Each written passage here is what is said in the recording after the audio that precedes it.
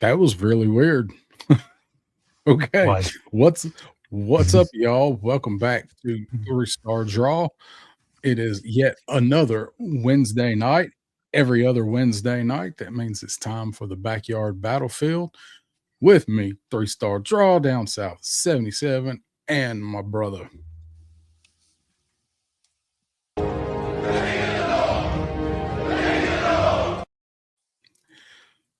I finally waited. I waited. I didn't get cut off.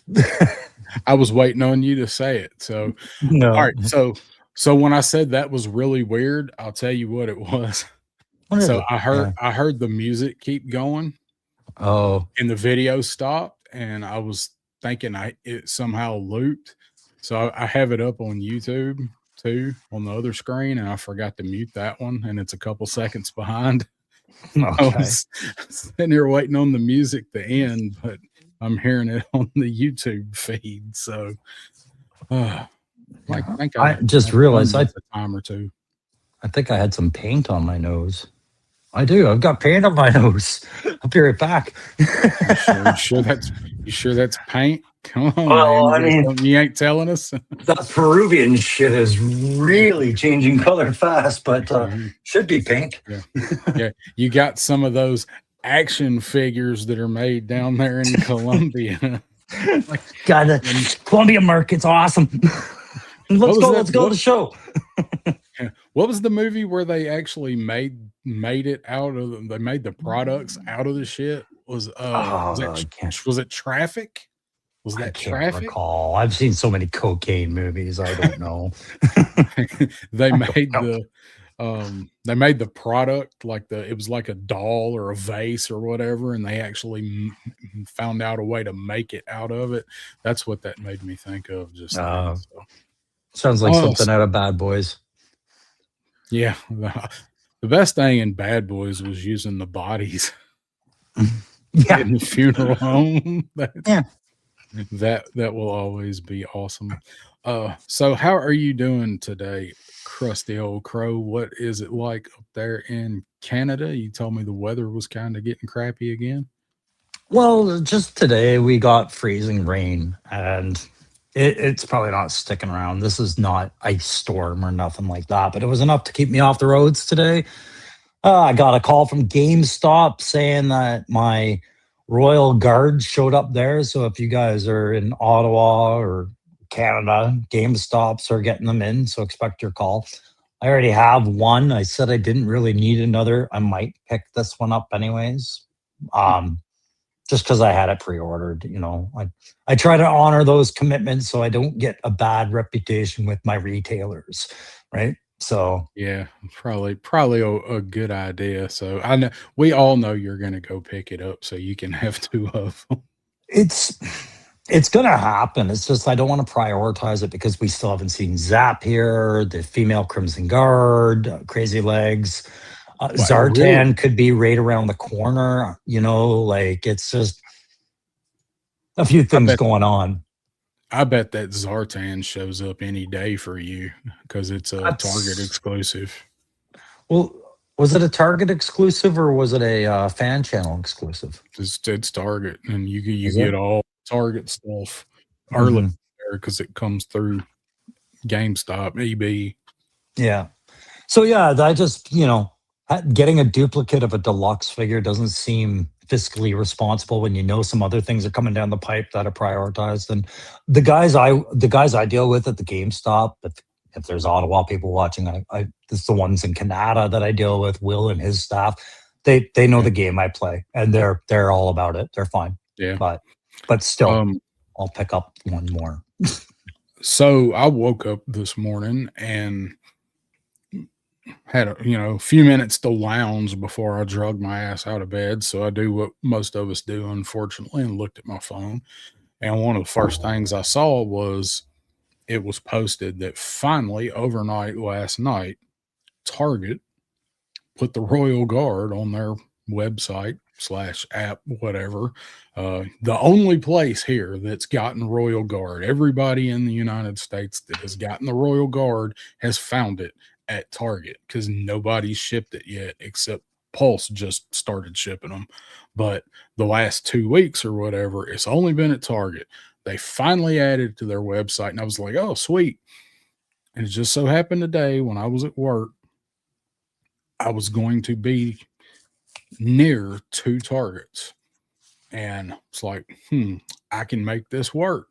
And I looked it up, and one of the Targets that I was going to be near, they were available. And I was like, I've been playing tag with this thing at Pulse for the last week. It's been in my cart, and I've gotten there when it's not sold out, and I've never pulled the trigger on it. Like, do I really need to go pick it up today? Like, but Target also had a $5 off circle bonus thing. So it's $5 off. And I'm like, I'm not going to find it $5 off for a long time. I might as well go ahead and order it. So I ordered it. And by the time I got to my first, I hesitated, but they still had it in stock. By the time I got to the first place I went for work this morning, I had an email from Target saying that they'd canceled my order because it was out of stock. So that happened a lot with the Tiger Paw. So, however, it was still available at other stores I wasn't going to be near, but they did have it available for shipping. And their minimum for free shipping is like $40. So it qualified for free shipping. So I ordered one, and it's supposed to be here Friday, which probably means Saturday. But I did get it for like $41 and some change shipped. So if you guys have the Target thing and it shows up and it's available, that coupon expired for me at like, I think Friday or Saturday. So I'm like, if I don't use it now, I'm just going to waste it. And I've actually done that with Target before. So I did order No, it. man. It's supposed to be here soon. I think you're the modern hero when it comes to actually executing a coupon plan with this hobby, right? Like, more and more people should be looking for those opportunities. And if they see them, use them, because this hobby ain't getting any cheaper. It's just not. It is definitely not. So I will go ahead and tell you guys kind of what we have planned for later tonight, and then we're going to say hi to the chat because I'm already way behind on the chat. Can I do one thing before he shows up? Because I don't know if he's in the chat or not, but this has to be at your expense, buddy. I'm right now imagining Punk having a small aneurysm reading the banner under your name right now, because you've got the 3-star drawl, then you've got the Down South 7-7, then you've got the Spirits of Our Fallen, our Father's Jazzercise instructor, and I know Punk can't read that long one name.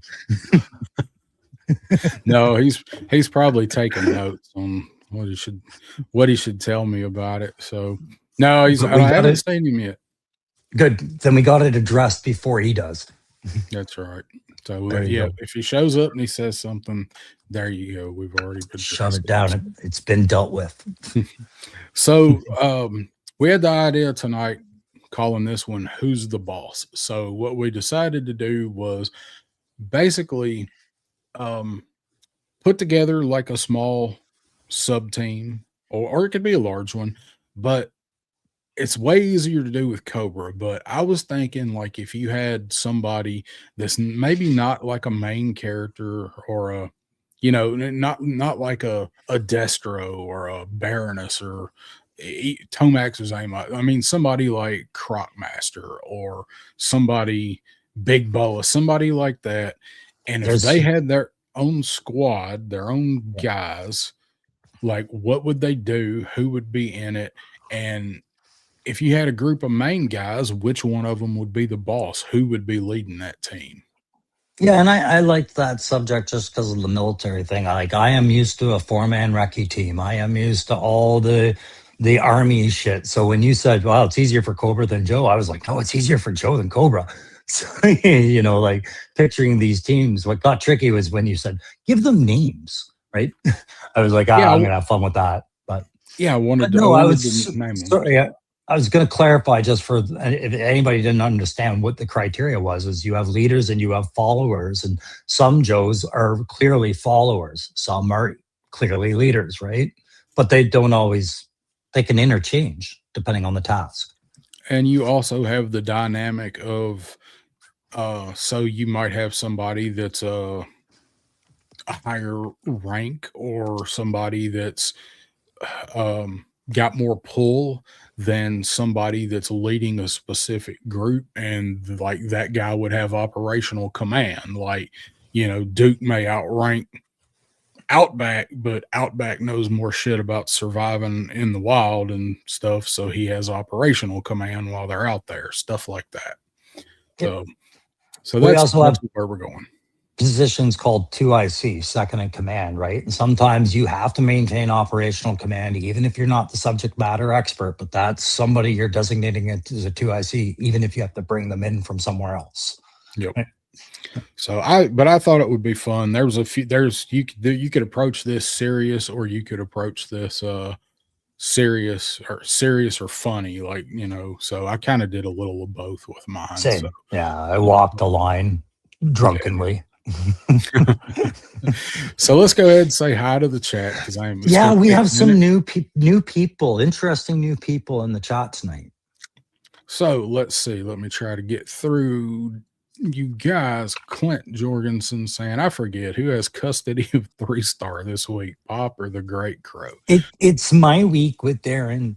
That's right. I'm on spring break this week, so I'm with Dad. Stanley Eberhard saying, where's this topic headline going? We just told you. I was waiting. Yeah. Don't read too far into that headline. I can see the power struggles you guys are picturing.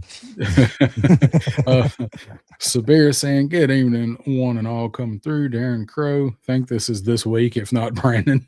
Hollering for the one train comes in for me to get back to the heights. Hope you have a safe journey home. Sabir. You too, buddy. You too. Yeah. Have a good safe journey.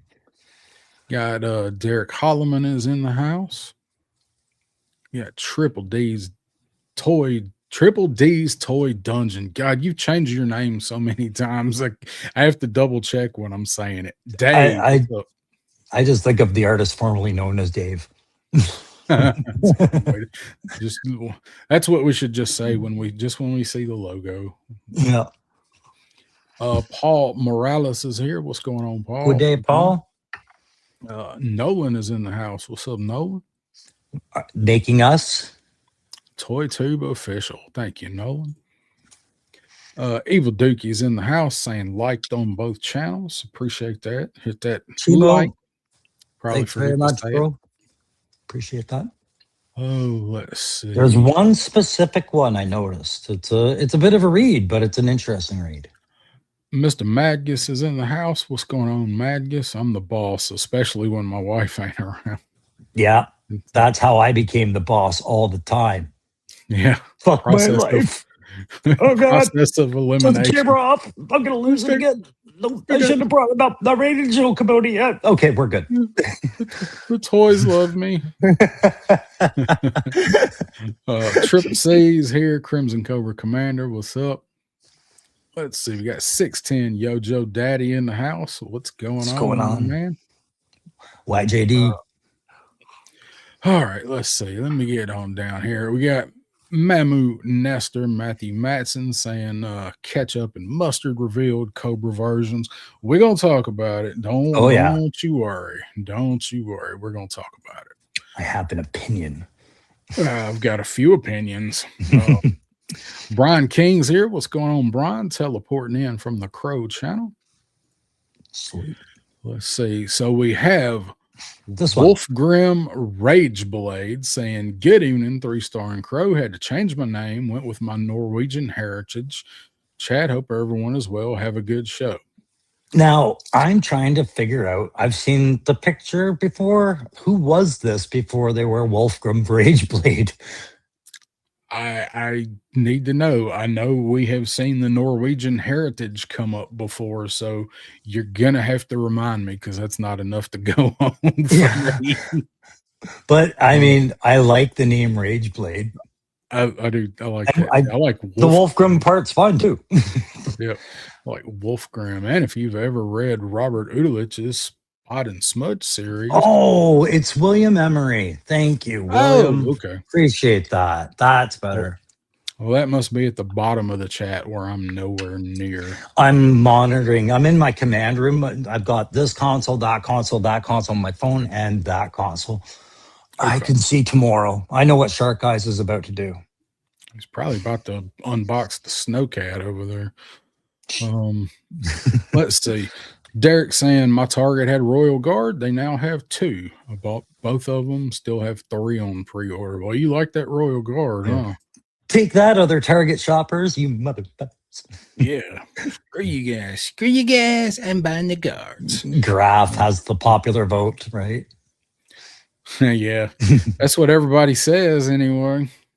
And yeah, here I am about to just honor purchase another guard. Mm-hmm.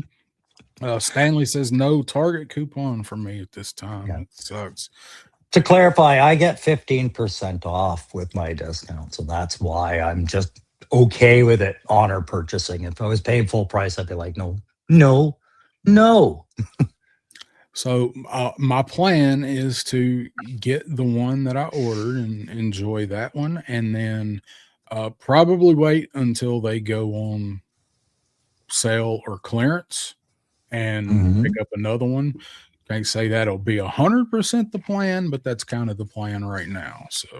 So other people that need strategies, remember at Joe Fest, if you sometimes bring some figures in box and package that you're wanting to trade off, you can find things like this on the trade floor.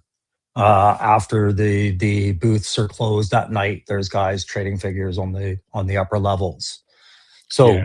there's a few strategies you can use as we get into the summer to try and secure this stuff. And by the time, like, so just for using Joe Fest for the example, by the time Joe Fest gets here, this guy will probably be old hat. So you'll probably be able to pick it up for retail or cheaper by then. I'm telling you, I'm seeing on these Facebook groups over the last week, 10 days, people going nuts wanting to trade all kind of shit for these Royal Guards. And I'm commenting on them and I'm saying, this figure's going to be everywhere in a month. Like it's going to go on clearance. Don't trade away your Pythona or your Once a Man or your whatever for this figure. It's a general release. I have to agree because I'm looking at this like I'm Chris Cox, right? It's taken me this long to manipulate my G.I. Joe market to the point where I can pull off a troop building figure that's a deluxe set at this price. And I know they're going to buy it. I've even put it in the special box that matches the other Cobra Law exclusive shit. Yeah. Oh, fuck. I printed hundreds and thousands of these. Don't worry about it. This will flood the market over time. That's my call, and I'm okay if I'm wrong, but I don't think I'm wrong, and I don't think you are. You know, and people are like, oh, but it's new. It's deluxe. Yeah. So's heavy duty. So's the police officer. So was the firefighter. Here it's a $60 troop builder. Over there, what is it? 45? 42. $42 troop builder, right? Even at clearance, it'll be at 30. So yeah, 43. Yeah. So let's see. Viper Scout is here. What's going on, Viper Scout?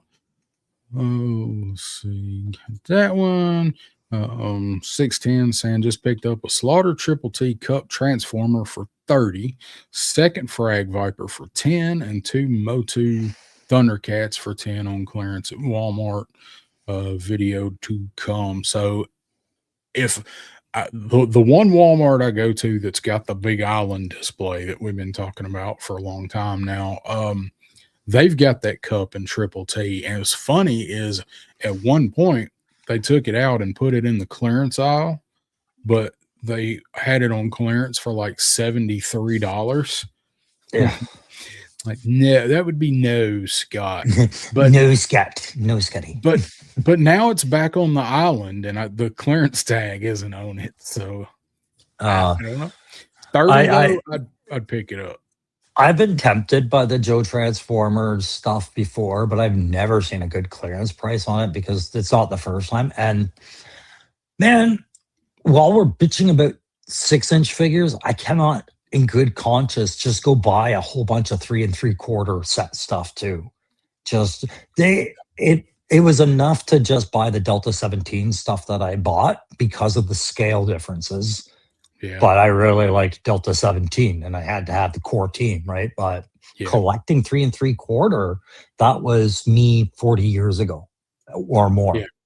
This is That's my kind new jam. Yeah. that's kind of how I am. That's like, I like the Reaction Plus figures, but I'm going to pick up, you know, few and far between ones, and I'm probably going to pick them up from Yojo Depot because he gives me a good price on them, unless it's Does like it? an exclusive or something. But I'm just not buying much 3 3/4. I've not, so for $30, I would probably pick up that Cup Triple T, but for 80, it's not my bag, baby. Um, Kyle Jackson's here saying, "Hey, Crow, 3-star, what's up? I missed the last one. Wasn't going to miss this one." Hey, Kyle. Kyle is if you remember, Darren, Mm-hmm. the female eel Mm-hmm. that I did that. Kyle's the one that made that one. Yep. We For we those need of you that in the chat. we need that kind of enthusiasm. Tell your friends. Yeah, man. Yeah. Shane's here, same time toys, saying, "Oh shit, these guys, what's up?" Had a good Yeah. time. Got to come on with him for a little while this past weekend. That was a good time hanging out with Shane. That was a fun show. Mhm. Let's see. Trying to get through here and make sure I didn't No, it's miss okay. anybody. So yeah, if I you don't did. keep on top of it, it racks up. Yeah. I caught 610 Yojo Daddy complimenting this here beautiful, fine Toronto Maple Leafs mug. So he must also know that just like everything else about that team, it's for sale, right? The team is having a fire sale, and this mug could be yours for 2 draft picks in 2026, 2027, pardon me. Damn, That, I'm getting brutal. NorCal Voodoo jumping in saying, "Hello, fellow figure junkies and Joe collectors. Hope everyone's awesome tonight." have I seen that name before? Yeah, Uh, yeah, it's NorCal Voodoo. Nordic Voodoo, yeah. Maybe it's the icon I'm just not recognizing, but thanks for tuning in. Well, the YouTube alias name has the toy box in there too, so that might be Mm. what's throwing you. Oh, let's see. So, trying to think if there was any other formalities wanted to get into. I don't think so. As Stu for lunch pops in here, what's going on? No, I think if we've rolled through that chat, we can bounce to whatever's next on the itinerary. I know myself, I'm going to be opening something while we do it, so I'm going to mute my mic just while I get it out of the plastic. Well, why don't you go ahead and show that off? I'll give you full screen here. Yeah. Got the I'll do new. a review on it, and then I'm just parting it out. But I'm going to open it up so I can get it out of the box tonight. There you go. Okay, The that's effects all. look good. I like the I, effects on it. it's different, but I've got the other Ghost Rider bike, and I've got the little 4-inch one that they put out. So see all that in the review, and then get it out of there. I just wanted the bike, and I get a deal sometimes. So, Um, Stanley, anyways, Stanley said though he'll trade you Max Crosby for that Leaf smug. Max Crosby. That's what he said. I don't know who Max Crosby is. I thought you would. There must be Did a hockey. Sidney Crosby's kid get so old that he's playing now? I don't follow Pittsburgh, so That's Bing's daughter. Bing's daughter. Bing's daughter, Max. Hello. Hang on, I gotta mute that mic. I'm gonna blow this All plastic out. right. NorCal saying Ghost Rider is always a nice ad. I like Ghost Rider, but I was never like, I didn't follow Ghost Rider. I like the concept because I like motorcycles. I like skulls and Grim Reapers and stuff. So it just kind of all fell into place, but I never read it. I read a lot of crossovers he was in more than anything.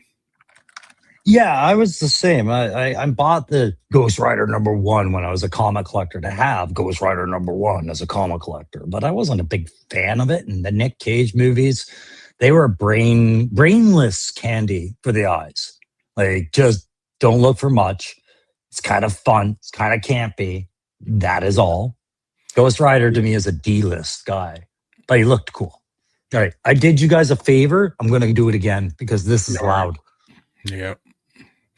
Yeah, I do appreciate that. I forgot when I did that video on the, I think it was the AliExpress retro trooper that I got. I'm like, oh, this is probably going to be loud, so I'll try not to make too much noise. And I completely forgot to cut the sound out when I did the video. I watched it back and I was like, oh, sorry. And I know you're opening stuff, but Kyle says, hey, Crow, I sent you that email about getting the package you sent. You're the best, buddy. Okay, Mike's unmuted. Thanks, Kyle. Yeah. I am the best. No, I got your email, but I'm glad I got there safe and sound. Appreciate that letting me know. I am the best, though. Okay, Max Crosby plays for the Raiders. That tells you how up to speed I am with sports ball, because I don't even watch a lot of too much football anymore. Lone Dragons here saying I've come here to chew bubble ass and kick gum. Get, get it all over your shoes when you do that. Triple C saying Ghost Riders powerfully single-handedly beat Galaxis. Okay. It's okay. Oh yeah, I know he's cool, but I don't want to give any spoilers, but I want to see just how customizable he is with, say, Torch. I kind of want to turn Torch into a G.I. Joe classified Ghost Rider. That's my jam right now. That'd be fun. You know, because you get funky heads like that. Give me that. Look at that. I like that. That's the reason to buy this thing for me. It's better in hand than it looked in the pictures. In the pictures, I was like, that looks really like metallic or something. It's not. It's just black. I liked it in the pictures. I thought it looked cool in the pictures. But I didn't, and I'm the one who bought it. Yeah, like I'm no danger of me picking that up unless I see it for like $20.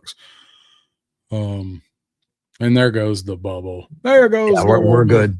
There goes the playing with the microphone too. So all right. Let's see. SCS dog popping in saying aloha. Probably got a dip in a bit, waiting on a family call. Well, I appreciate you dropping in, SCS. So hang with us if you can. If not, gotta put that family first. Yes, bro. Got Carlos Salinas here saying Tuco's interview of Spirit was freaking hilarious. Thank you very much. There is more to come. That's just the first part of episode 1. So there is more to come from the interview. I had fun doing that. I'm gonna try to do more stuff like that on the channel. I have fun, but it is so freaking time consuming doing it. No doubt. And like I started doing it and I was writing a script for it. You know, I told you a couple times, like I'm working on this script for the next Tuco Viper thing. And I was stuck with, like, I sit down and I got to be in a mood to do it anyway. Like I got to be in a silly, like playful, you know, and not in a funk when I sit down to do it. But every time I sit down to write the script for it, I'd write about 3 words and just stare at the screen and then wind up watching somebody's YouTube video. So when I sat down to do it, I wrote down lines or ideas that I wanted to work into it. And basically I just have a conversation with myself. It's all that is. It's just a conversation with me talking to myself in 2 different voices. So if guys are coming over from my channel and aren't aware of what we're talking about, Darren's done Tuco Viper's Hiss and Tell, the start of a new series where he tells you the untold stories of some of our favorite Joes or Cobras in the future, right? So check that one out on his channel. It's it's a what, a 12-minute I think it's 12-minute 13. interview, I think it's right? 13. 13, but Yeah. you'll never look at Spirit the same way. Or freedom. Fuck freedom. Especially freedom. Fuck that Yeah. bird. Freedom isn't free. Yeah. Freeloading. Freeloading freedom. Freeloading. Crocodile vomiting ass bird. Frank Dumont Hughes here saying 3-star crow chat catching the replay. Thank you, Frank. Yeah. We will be here when you're ready for us. Yeah, I ain't going anywhere. Yeah, NorCal. Yeah, it's over on the channel. I think it was the last. It was the last thing that I put out. You'll see it. Hiss and Tell. Episode 1, part 1. Oh, let's see. Crow, you got that thing cut out of there yet? Does it have the little plastic ties all over it? Yeah, no, I got it out. It's pay attention to where the flames go. Jesus, it's like a Tetris game. Like that's the wrong spot. Oh, I got it right. That's what she said. Tailpipes. No, then this little one, which I'm only imagining I'll find. It's for his foot. I don't know. The flames are kind of wonky, but they're cool. This is the only thing I noticed that I didn't realize happens. A lot of people will want it just for this. Nice. I didn't know. Yeah, I didn't know the skull come off of there. You can right off. You could take that and put that on like a pike or a spear or something too. Yeah, actually, that's what this flame effect was for. I think there's one that goes over the skull or around the skull. Oh, maybe I'm wrong. Either way, wasn't clear in some of the Hasbro footage. But yeah, this comes off, and this bike disassembles pretty easy. So that's it. That was what I was wondering. Nice. Let's see. Cooter's Garage is here in the house. What's up, Cooter? Good day, Cooter. Stanley saying, do you need ghostwriters? I'm a great storyteller. Throw me the next few interviewees. I may. I'm kind of wanting to do all of it. Kind of wanting to do all of it myself. I'm not. Yeah. I've already dropped those hints too. He wants to do it by himself. Yeah. I may take requests but, right now I have a bunch of stuff. Like I just got to get it out. I've got a bunch of ideas. So yep. No, man, this is nice, fresh content to your channel. And that's the key thing is just, hey man, in an era where toys are expensive, your average YouTube content creator, we're looking for other things to do that's relevant to the subject, right? So you've done a really good job finding a spot for that. Good job. That's the plan. So you got anything else you want to show off there while you're working on that? Not right now. No, we can move on to looking at some new shit, or if you've got something to talk about. I'm gonna smoke a J. I got something I picked up today that I've been waiting on for going on 2 weeks now. Just had a chance to pick it up. So I went down and I grabbed this right here from Yojo Depot. He picked this up for me at Zillow. And this is, of course, the Valaverse, the black. So I've been waiting on this. I think it looks awesome. I like the when you wave it around like that, Darren, it fucks up the depth perception of your camera and you go out of focus. I know. I know. It's my stop. It's my lighting and the way I've got the camera set up. So I did grab that. Now I have not opened it. It's still in the blind box. So I thought I would see if you guys want me to open the blind box. I'm not going to open the figure tonight because I'm going to do a video on it. But if you guys want to see whether or not I got the variant, I'll open the blind box. And I'll start the bidding at yes. I do want to see this part now. And then I can watch the review and already know what I'm watching. But I like this thing looks cool to me. I like the Cthulhu type look, Davy Mhm. Jones. I like that. I I'm in for this guy. So I was of mixed opinions of this. This is something I need to see in hand because I love the premise of the black. If guys don't follow Valaverse, like I don't, for the most part, this dystopian America, that's the fall of the federal government and everything. That he's been focusing on what's been going on on the land for the right up till now. yeah, But having your entire naval fleet suddenly go rogue and on their own, that's kind of what the black is about. So I really like the figs.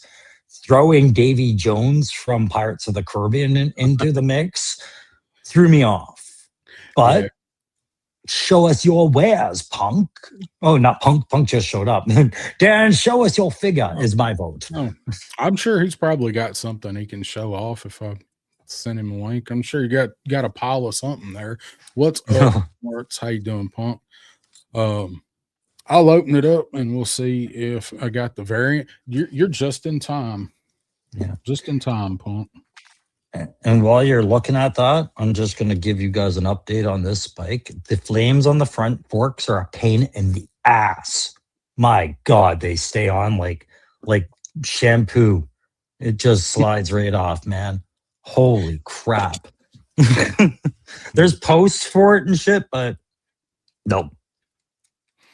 Flames are He bad. said, Bad flames. sounds like I showed up at the wrong time. but, Yeah. but I do have stuff. So what's up? And what's up to Jersey is here saying, "Hey all, am I Hey, real?" Josie. No, No, you're not that late. you hadn't missed anything. Not yet. No detention. All right, so here we go. We'll see. I'll do this on full screen. That'll make it easier, and maybe I won't hit the mic. So we'll see. Did I get the variant on this guy? I did not get the variant on this guy. So Is that a standard one? Is yeah, that the idea? that's the standard head for him. Okay. Well, Well, now you know. get a ton of glare on there. So I actually like the standard head way better than the variant, but it is a variant glow in the dark. Oh, it's a glow in the dark variant. Okay, so it's not just a normal no glow kind of guy. I understand your draw to him. I know how much you like skeletons and your skelly army that you've built for yourself for your shelf. So makes sense that you would be into that particular figure. Yeah, and I love pirate stuff. I always have. I've always been a fan of like pirate lore and aquatic whatever. So this this hits all of the marks for different stuff that I like. So yeah, I don't really care that I didn't get the variant because I wanted that head anyway. But it would have been neat. Yeah. Would have been staying in the box that way, I'm sure. What are you doing to me? What the hell? I thought you was ready to show us where all those fires go. No, but they are I don't like them. I wanted to like these front flames more, but they don't fit that front spike very well. Anyways, the rest of it's cool. You'll have to watch the review. Yeah. Fuck you, fire! Burn it with fire. I took Ghost Rider out. It's less frustrating. Don't break it before you review it. I'm not breaking it. It's breaking itself, Darren. Okay. Break yourself, fool. Break yourself, fool. Stupid. All right. One of the flame effects. You fucked up, you know that, don't you? I didn't know you were doing that. I know. You're son of a beach. I'm going rogue. Oh, let's see. We got where'd it go? Where'd it go? US Combat Dojo is in the house and Sean Jones is in the house. What's up? What's going on, guys?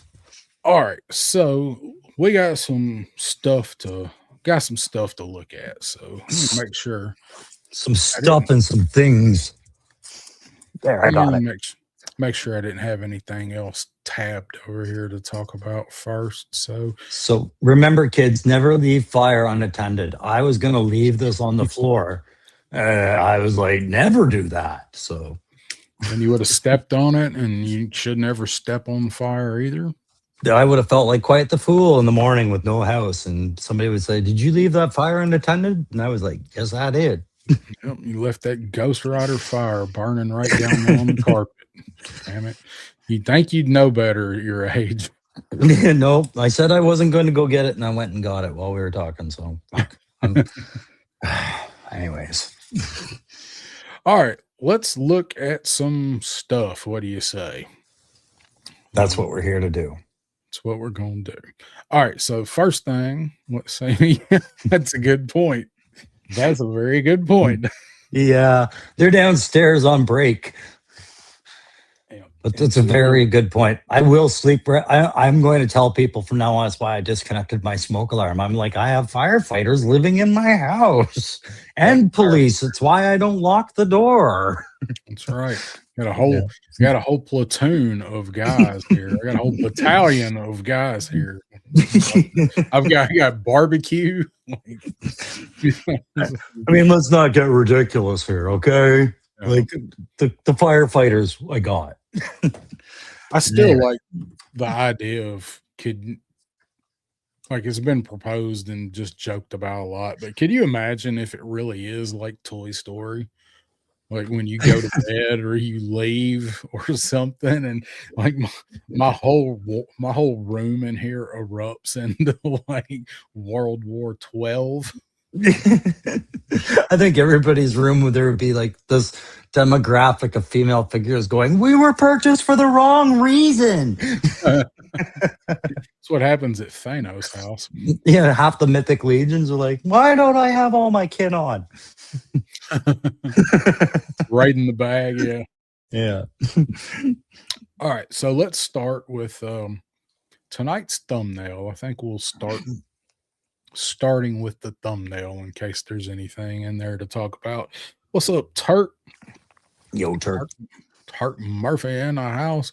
So it's just your standard thumbnail. I thought I would throw some Joes in here. So the center part of this was actually like when you pull up the Who's the Boss listing, like this is one of the like the images that you get, except it's got the script at the top and it's like the cast of Who's the Boss kind of posed like that. So I replaced them all with Joe characters from the cartoon. But yeah, so that confused me, but I went with it because I was like, I was picturing a shot of Tony Danza and Alyssa Milano or something, but with our faces over it. Yeah, well, I almost did that, but I was like, what if I just replace everybody with Joes? That would be better. I prefer what you did. All right, so nothing super interesting or fun to talk about there. So let's move on and get on with it. So we saw this today. So I'm actually I'm very happy that this showed up on a Wednesday because we get to probably be one of the first shows that talk about something for a change. So yeah. The Ramp Rats, Cobra Ketchup and Mustard. This obviously support staff for the Rattler. That this should have been here a year ago. Well, let's get that out of the way now. I think it's so far after the fact now. It's like, I think these would have gone over better and probably been more anticipated or maybe sold better if they'd have come out last year. Like they're going to put these guys out when we get the snow tank.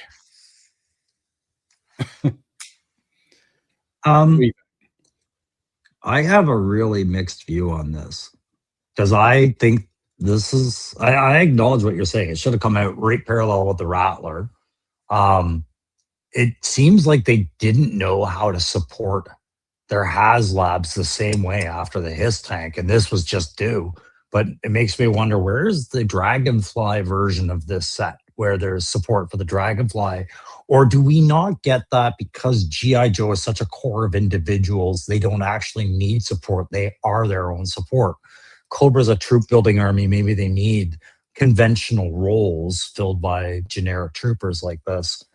But the question I had, Darren, is what is the significance of red and yellow anymore in a set like this where it's two Cobra? But the last time we saw a red and yellow, it was a Joe versus Cobra kind of thing. Like, does it feel correct to you? I mean, I guess if they're on the, they're going to be on a flight deck or an airfield or whatever, I guess those are like standard colors worn around those areas. So I Mm. guess Cobra would carry them over too, so you could tell who's doing what job because basically all the Cobra guys look alike. So I don't know. Like they do look kind of odd though, don't they? Just with the blue and then the I red like them. I overlay. love I love having the ground guide, like the guy with the lights. This guy, I love it. Bright yellow, that safety, sure, that all made sense.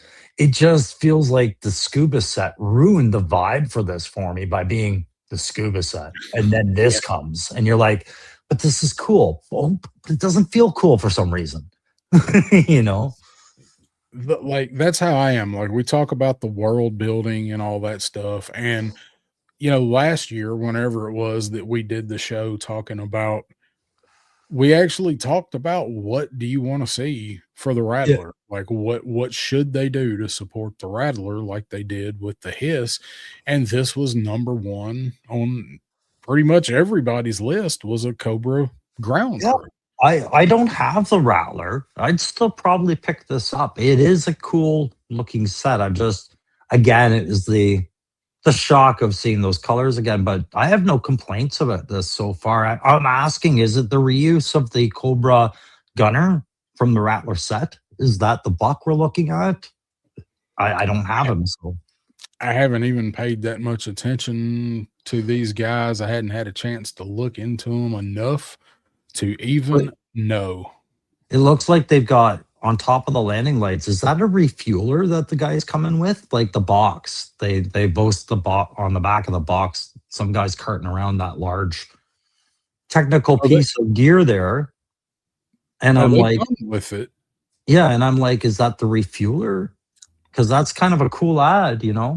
I saw the comment that the I think Turk was saying, the Joe one's coming next. I'm inclined to wonder maybe they will do something like this for the Dragonfly because reuse of the lights, right? The hand rods there. Well, like we should have already had this for the Rattler. We definitely should have already had it for the Dragonfly. We've got green shirts now, so we've got our green shirts finally, so they can do this for Joe, I guess, out of green shirts. But I feel like doing specific sets this far after the fact, it's just kind of like missing the mark. I think, you know, like when the snowcat shows up, if Iceberg gets here, you know, 3 weeks after people are getting snowcats, or the Arctic Hiss shows up about the time we get the snowcats or right after it. I mean, I know it's like a year out, but we know it's going to be here sooner than that. Um, I think December on the Arctic Hiss, but it'll be here sooner. So all that stuff's at least showing up within the same year. You got to think we're probably going to be seeing pre-orders for Iceberg and whatever next. So he's probably going to be in the wave that shows up in October, probably, usually around that time. So Sure. I just feel like it's so far after the fact doing these, and especially if they go back and do them for the Dragonfly. So what I thought was like, I like this set. I also don't like it. I've definitely got some shit about it I don't like. But what I'm doing is I'm thinking, like, I'm looking behind me and going, where am I going to put these guys? Like, I can't build an airfield. I can't, I can't build a diorama that holds the Rattler. They're just gonna like stand in front of it.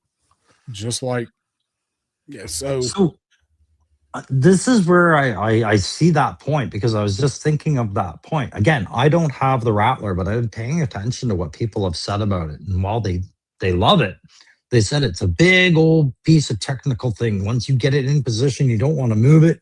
You don't want to do anything with it. It's either flying or you have to dedicate a whole table to having it landed. And I think that might be one of the reasons why we're seeing this, is combined with that complaint. Look how many people passed on this year's HasLab, yeah. Oh yeah. right? So maybe Hasbro saw, okay, well, let's give an offering to the last HasLab to get some revenue from those people that didn't give us HasLab money, but they did before. Like, it's just, I see it as a nice bridge between the old HasLabs and what's going on right now, right? Yeah. I mean, I'm all for the figures and whatever. I just, to me, it's almost like too little, too late. So You know what this lacks though? Like, I see the weapons, but I'm still looking at these figs and I'm looking at what they're coming with. This lacks the feel of it being a reuse dumping ground, like something they made just to make figs and sell reuse stuff. This took thought. I partially agree. Hella Geek is here. What's going on, Hella Geek? And Tark saying they would have been better than Patches. Will Yeah. saying I agree. They should have been another tier for the Rattler. That's a gimme. Yeah. So this right here, hindsight being 2020, right? Like, so this right here, kiss my entire ass. Oh yeah, two asses getting kissed right there. What's unique about Saw Viper's gun now? If everybody's getting one, like, so man, the weapons. So this picture right here, great. Look, we got two of the crates stacked up, which means somewhere there's two more of these guys, because you got to give two sets to have two crates, right? yeah. We got one dude with the Cobra SMG, and then the other guys just got the chainsaw turkey carving knife. Clearly, when I said it didn't feel like a reused dumping ground, I hadn't seen these pictures yet. What the actual fuck does a guy supporting an aircraft reload and refuel need a chainsaw or a saw rifle for? That airstrip is probably already well defended. It's why they're wearing special uniforms that say, I land planes and I refuel them.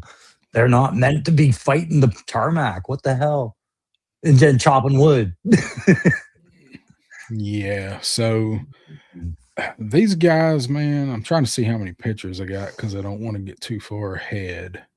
So Saw Viper again just feels like a pointless fucking identity now for Cobra, right? Like, you have the Arctic Saw Viper, you got this Saw Viper, now his super technical gun, which if you read the file card, it's kind of what the Saw Viper's about. Just say, kind of their hey, whole you thing. Yeah. Well, you're done refueling. You want to play with this gun? I sure do, Billy. Okay, it's yours. Like, so I'm gonna go all the way back to like the beginning of these guys. So you only get one set of batons. Good. Good. No, the batons are the only thing in here that's new. Give me two sets of the batons and leave out this shitty M4 down here or whatever. No, you get the batons, but then the other guys got the box, right? The power junction box or the refueling box, whatever that box is. Probably power. I don't know. I can't tell from here. Right? So I apparently didn't save the picture. So the box has this strap that you can attach to it, and so that feels like electrical cargo. It's cargo. It's like cargo? It's a cargo box with it's got a little cargo plane. Exactly. That was what I said. And it was before this picture that's got 73 rattlers on the front of it. Okay, no, like it's got to open up and have ammo belts inside or missiles or something. Like it's got to be an ammo reloader. Then if that's a dragging strap or something like some sort of, you know, strap, okay. But the contents of that box have to be relevant. Yeah, I mean, You it's can't just the box. say he's hauling computer parts to China with the friggin' Rattler. Yeah, the box is it's whatever you want to stick in there because there's apparently nothing comes with it to actually go in it unless you want to throw that big goofy machine gun in there. But No, it's like a cargo drop box, and these guys are directing the planes and unhooking the cargo when it gets dropped. It does not even fit with no, the zoom in on the Rattler. box. Zoom in on that guy That's what in the she said. box. Yeah. Let me put on my spectacles because I'm not familiar with runway cargo at all, but that box is not. It's got shit going on under it. Yeah, I see the straps and everything like that. Yeah, you're right. It's a cargo box, like a Pelican box of some type. But Yeah. I'm looking at the bottom and it's like where it would almost be where a pallet jack would pick it up. There's these gray bars in there, and I'm just wondering what's in the box. What's in the box? What's in the What's in the box? box? Yep. So I don't know, man. Like, it's not that it's a terrible set, but the weapons choices for these guys, like the only thing that really makes sense is maybe the SMG, Yeah. the pistols, whatever. But so Oh, this there it is is. That's what's yeah. in the box. So this is how the box opens up. It does open, and I'm sure this is just for the picture. Like it's just going to be an Yeah. empty box, and you can throw So the it's a stuff kit in there. dumping ground. You can put some kit in there. Yeah. That looks like it's only service. Okay. How unfortunate. So yeah, I mean it opens, but so there's your clever marketing of, if you want 2 boxes, Mm, guess what? You're buying 2 of these sets. if you want terrain pieces that go well with your Cobra modular fortifications. Mhm. Yep. Yeah. Yeah. Um, Yeah. Don't maybe blame the them. saws so they can cut those straps off the crate in a pinch, maybe. They hope the Joes are colorblind. Faceless Janitor's here saying, I'm here. What I miss? Can y'all start from the top? This is pretty much the top. We're just getting Yeah, we're just getting going here. And I mean, I like this set, but yeah, my first impressions aren't my last impressions on this. You know, there's issues, but I had issues with the Arctic Cobra shit too. It doesn't mean I'm not going to buy them and find good things about them. If this I, is the Rattler Gunner buck, then I don't have a Rattler, so I'm getting the Rattler Gunner buck. You know, So that was one thing I was going to bring up. So you don't have a Rattler. Are you interested in getting a set? Because I got to figure that sure. you're on the hunt for a Rattler at some point, right? If you can get one at a good enough price, which now you can, it's far enough removed. People are dumping them for 400 I bucks. Yeah, we'll see. It's I'm not missing it. You know what I mean? I've listened to what everybody said about its size and things like that. I know they love it. At the time when I could have ordered it, I was getting in the debacle about the Dragonfly, right? Got that whole Yeah, shenanigans going on. So I missed out yeah, ordering it. And if I found one at a really good price with or without the things, I'd consider buying it, but I don't plan on it. I bought enough gridiron this year and last and other expensive fucking, adjacent shit that I don't yeah. need to spend $400 on something I was okay missing. But back to your question with these guys, yes, I'll buy these guys. I'll probably buy 1 or 2 packs of them because I'm convinced the Cobra Fang is not far off. No, and that's what I was thinking. So I mean, it's clearly support for the Rattler. It's on the box for it, but I'm wondering if when we get the Fang, if the Fang's not going to have something on there to hook this to because it's got the there's I didn't save the picture that's got all the shit laid out. So you got the hook there. So you got the giant carabiner there. So Yeah. Okay. there's nowhere on the Rattler to hook this thing to, even if the Rattler was a plane that would distribute shit like this. So that's what I'm thinking. I find this interesting. It bears more thought. I'd like to see different angles of stuff, but I can be patient. This isn't to me thrilling. It's just an interesting set. Yes, you get a box of dirt. Dirt not Box of included. dirt. Yeah. Dirt is not real dirt. Dirt is for demonstration purposes only. Yeah. Uh, But look at the two different head sculpts, though, right? One hairy, one bald. Is Yeah. this our first bald Cobra Trooper Trooper? or I mean, whatever? yeah, well, I mean, no, Dojo's bald, But Mindbender. I mean, troop builder. Anyways, I just realized that when I said that, well, why couldn't if the peg is right, you could swap that onto a Cobra Bach, and just put the Cobra helmet on him. You could have some fun with head swaps with some of this. But, if you want like a random dude, of course they give him a scar. He's gotta have a scar. Oh yeah, it's Gotta have a scar. either Uh, way, I interesting think set. I think this is the head sculpt from the gunner. I think it's the Okay, head sculpt. and I just saw a big clue as to what that strap and box is. Zoom to the top left corner of that box where the strobe light is highlighting the parachutes, and zoom right in.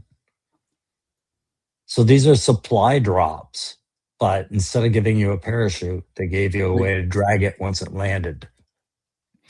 Okay, so we got rattlers doing supply drops. The No Rattler is a parachute. super plane that can do all things, including this. I guess. I guess. Well, there, yeah. I mean, you've answered it. So they're supposed to be dropped by rattlers. Fucking stupid. Now I question: do I actually need a Rattler? Is it the multi-tool of the entire war? I mean, it kind of probably is actually. But, damn it, Lone Dragon saying some like them hairy, some like them bald. Yeah. There you go, Context. faceless. There you go, faceless janitor. Parachute sold separately. Yeah. Make up your own shit for the parachute. Planes do not fly. Yeah, Rattler does not actually fly. Oh, Hey, I gotta Scarface is excuse lazy. myself for 1 second. I'm just gonna Okay. try. All right. Scarface lazy head bastard custom with that head on a trooper body. Yeah, so like I sound like I hate this. I don't hate it. I just think that I think we should have seen this like a year ago, and all the weapons in this line, and they give them this shit that we've seen. This is basically the loadout for the Valkyries plus Saw Viper's ass gun that he's got. So absolutely terrible. Delta 17's in the house. What's up, Steve? Rattler, aka Globe Master. Yeah. Yeah, it can do everything. It can transport troops too. Oh, straps and buckles on those crates would be more appropriate for a cargo plane. Exactly. So when I first saw this, because we got this blurry image was the first one to come out this afternoon, and then we got the promo pictures, and first person I saw post this was Bobby B. I think B posted it first, I'm not sure, but not long after he posted it, he posted these images, and then they got reshared. So I think B posted it first. That was the first person I saw. So don't I mean, take that at face value, but that was the first thing I thought when I saw this was, oh shit, maybe they're going to do the Cobra Aspid for a HasLab.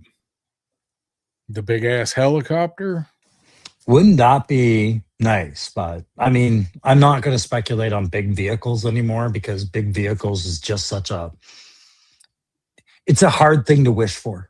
You know what I mean? Like, I want you to charge me $300 for something I'm thinking of right now. Like, Yeah. they're gonna charge me enough for what they're putting out. Then if we're all going HasLabs, I don't need to think of much else. You got the made to orders coming up.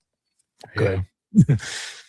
Ethan Comstock is here. Box so big, but so little in it. Phil, anyways. So- Yeah, I do too. Like it's a big empty box. And faceless janitor. I said this to somebody that sent this to me, like didn't know I hadn't seen it yet.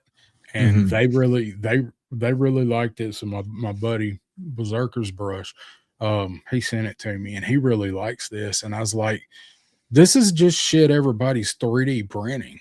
Like these Cobra crates, I've printed Cobra crates like this, and it was like the only thing I halfway successfully ever 3D printed were Cobra Okay. cargo crates. But, and I know Punk would jump on this point the same way I'm going to. Everybody is such a relative term. Everybody who's watching YouTube, everybody who is like actively toy collecting with photography in their intent or visual stimulation in their collection, like they dedicate a room to their collection.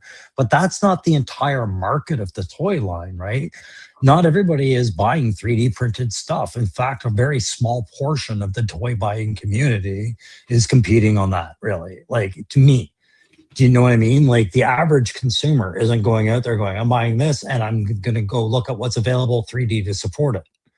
That's after you've been collecting for a while and realize that stuff is out there and you know what rabbit holes to go down to find these guys, right? Like, we all I don't talk know. like getting Gun Bunny to paint something is so accessible. Well, to us it's accessible. We've known about Gun Bunny for 2 years.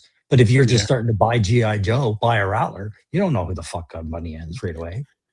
Yeah, I mean, I guess I can see that. If you're just buying just to collect the stuff and have the stuff and you're not doing photography or whatever, I see your point. But I think most everybody that's buying this stuff knows that that stuff's out there. It's just whether or not you spend your money on it. I like what's going on in the discussion because we're talking about the price point too, right?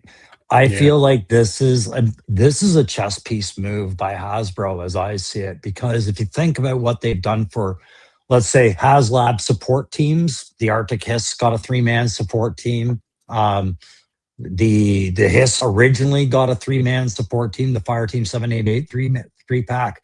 The Vipers were a 3-pack when they initially came out the first time.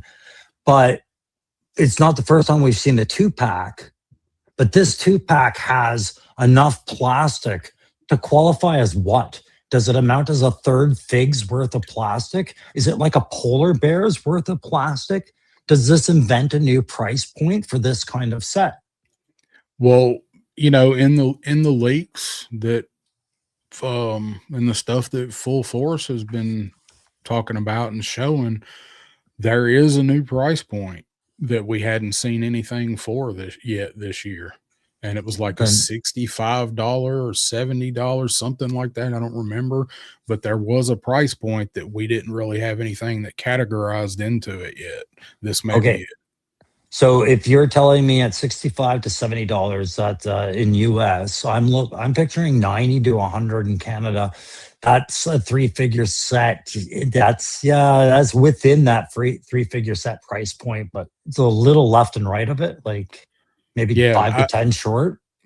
So I would think, like, my guess for this would be like 65 or 70 US. Maybe they'll surprise us and keep it at like the $60, like, you know, what what Zorana and the Swamp Skier is going to be, the new figure and vehicle price point, and that'll be like a 2-pack and then plus a little more if they went with that price point on it.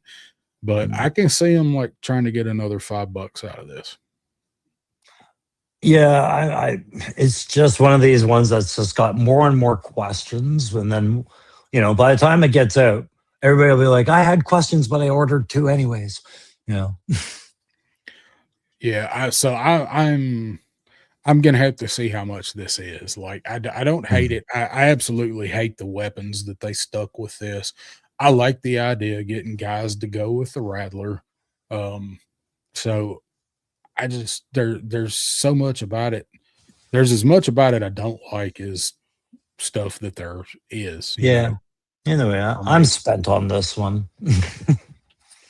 Don't show me these 2 pictures again. You telling me to move on?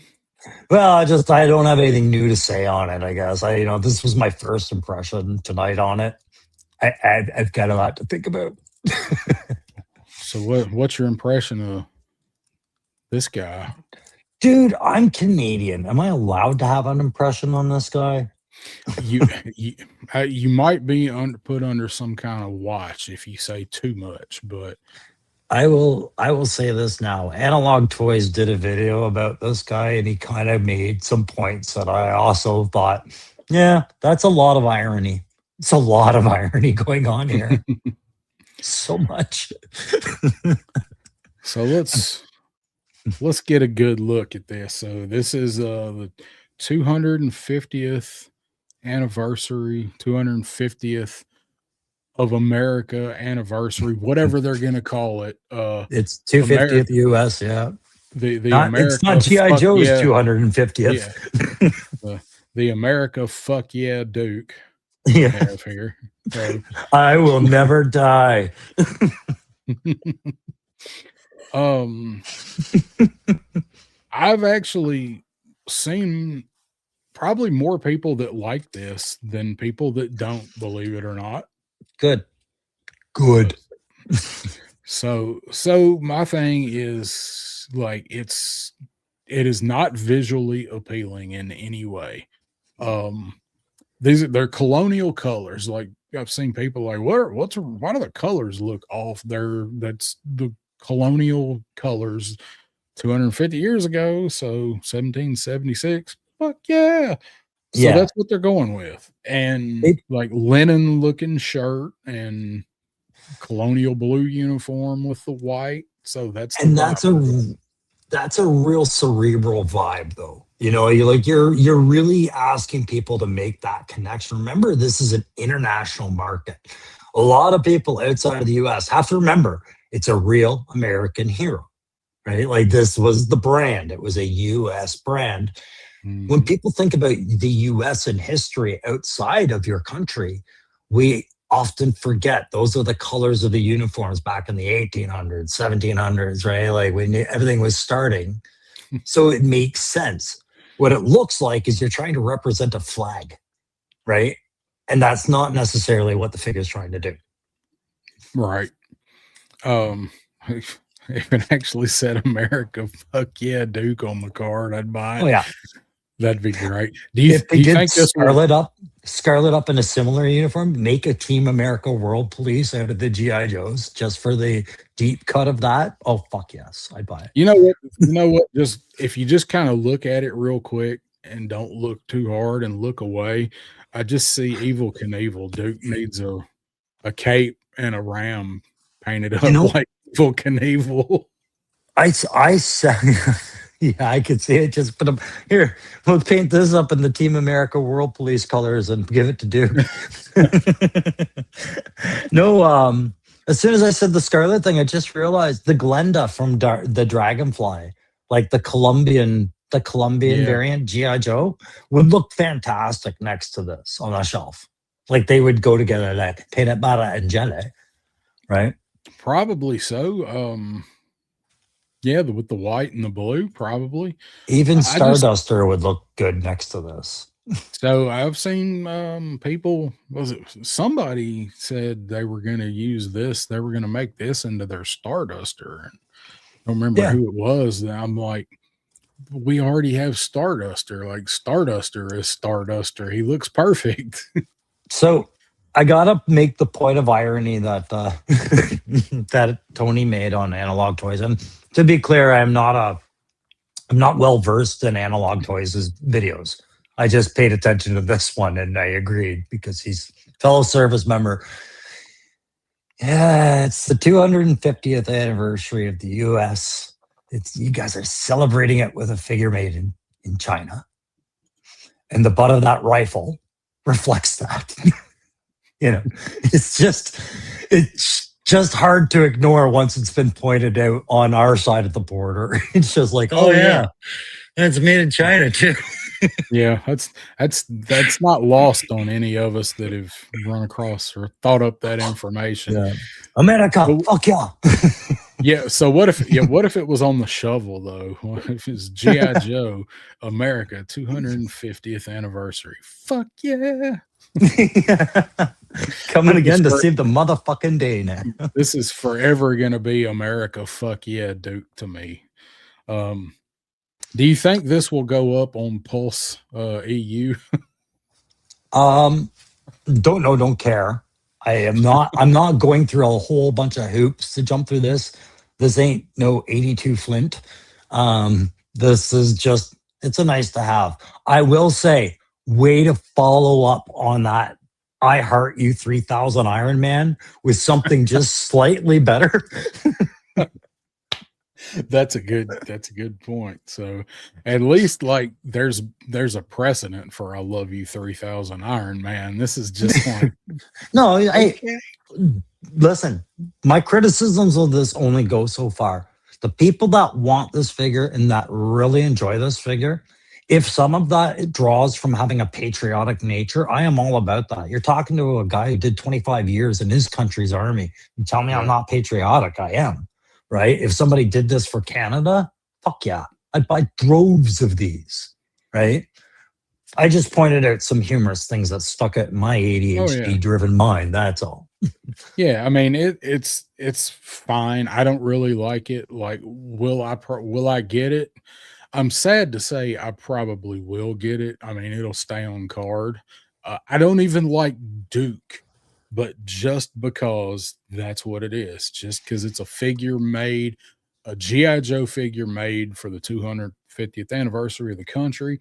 I probably will get this hideous looking figure and hang it right up there and then just dust it. So I would agree. I think that's what off puts me is it's how reprint this actually is, right? And it's Duke.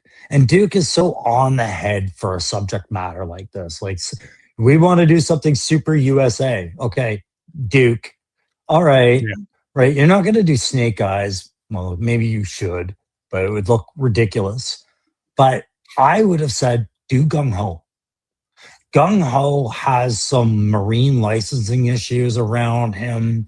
This is an opportunity to reuse the Gung Ho retro buck, and it would have made as much sense as this does. Like, Gung Ho would have been the second name somebody should have shouted that room, and the one everybody thought harder about at night. Yeah, I think so too.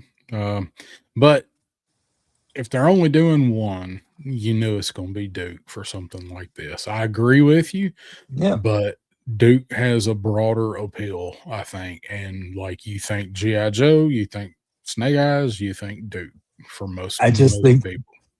I'm sorry, but I'm that guy. He's the most Aryan of them all, right? The blonde hair, blue eye, poster boy, all-star Duke. Hooah! This is the guy that should have come with the bald extra head sculpt, right? Oh God. Yeah, can we just get some new looks for Duke? Because just having the same head on a different buck over and over and over again. Now his hair's just combed slightly worse. Yeah, it's a little thinner. He's a little older now. Give this man a beard already. Then he's just rocking Duke. Just do it.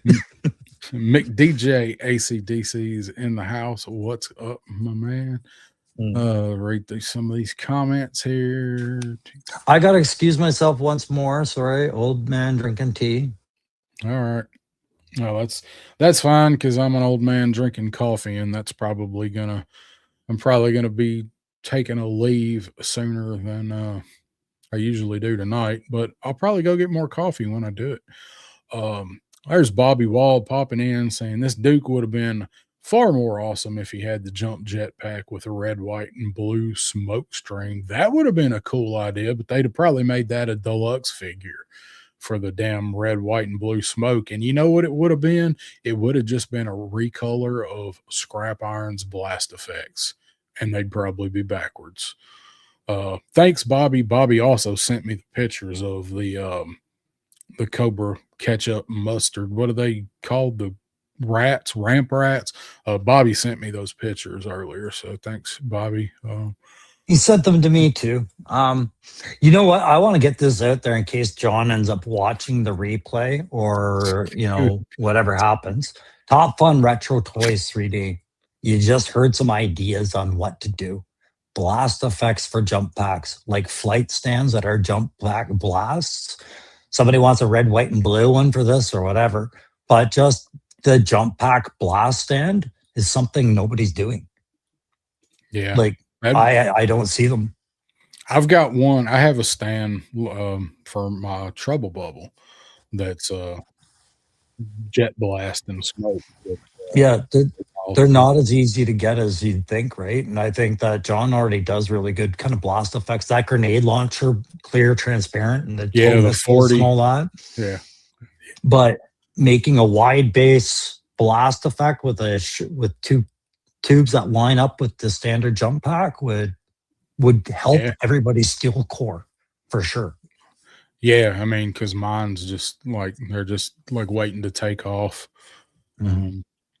Carlos saying I'm leaving Scooby Duke carded until the next 250th anniversary. Time capsule that shit. This is what was important back then.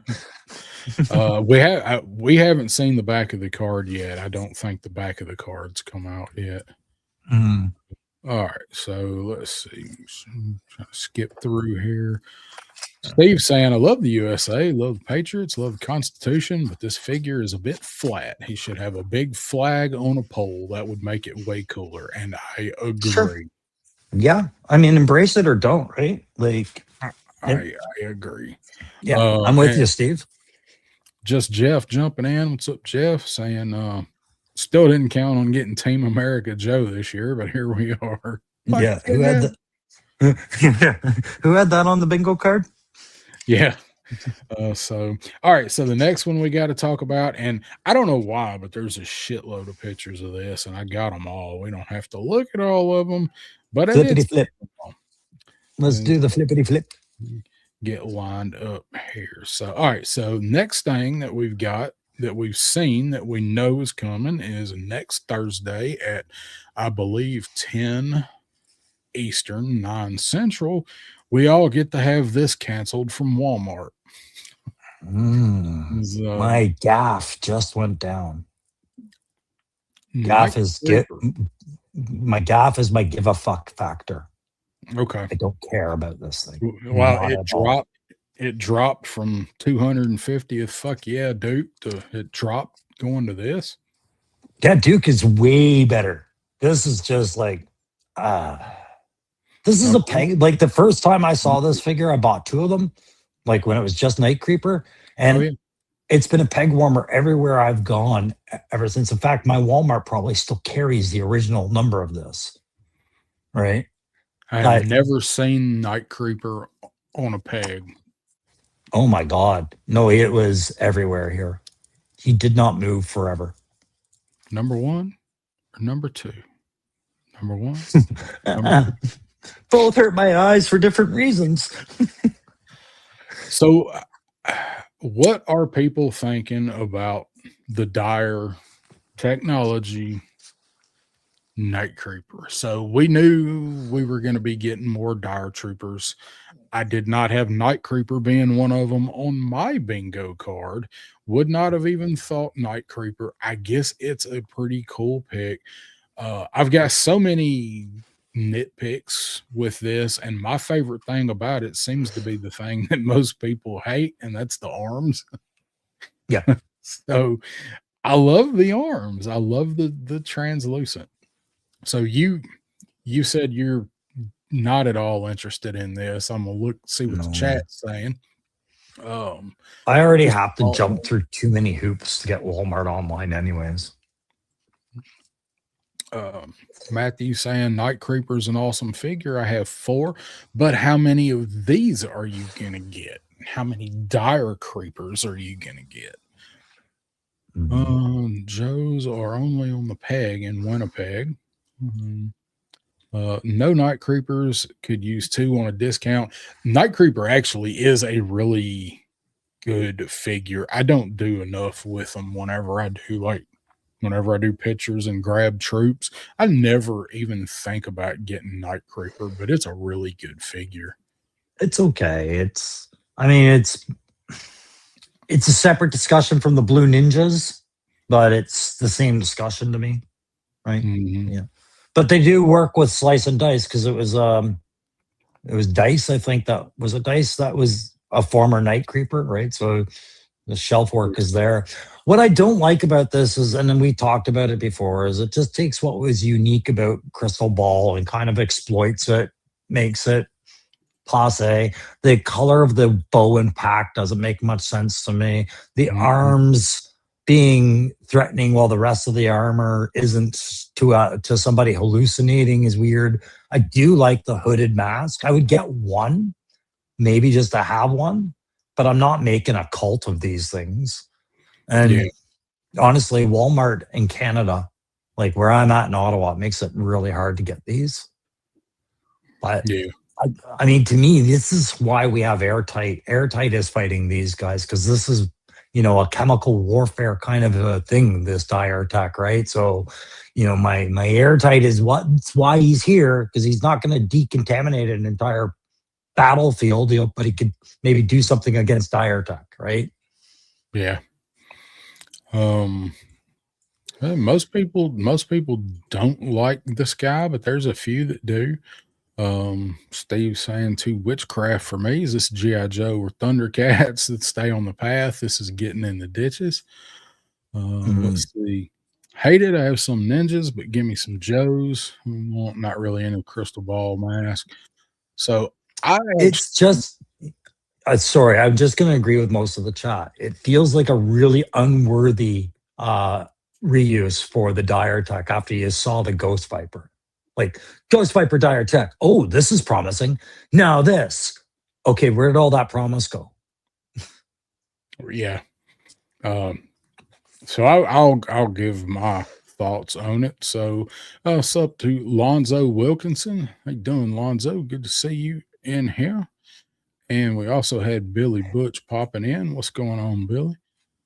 Let's see. I'm trying to read through the chat here. No, I got to disagree with this one right here. So these guys are fire. I'm sorry. I didn't give them a very good score, but it's because they're 100% reuse. But that new head's awesome. I love mole rats. Better or worse than Dire Saw Viper? It might actually make the Saw Viper gun pretty cool if they did that. No, nothing can make that gun cool. So this guy, like I said, Night Creeper was a weird choice for me to do the dire technology, and the weapons are okay. I like the arms. Like these are once man Cobra Commander arms done in the translucent. I'm not a fan of this gray motif. I hate the backpack and the crossbow being all gray. And look, they did paint the cord at the bottom. Charlie Bronson's got a rope. They painted that. All this gray is just bland and ugly. Yep. I do. And the web gear, this goldish belt buckle that don't fit.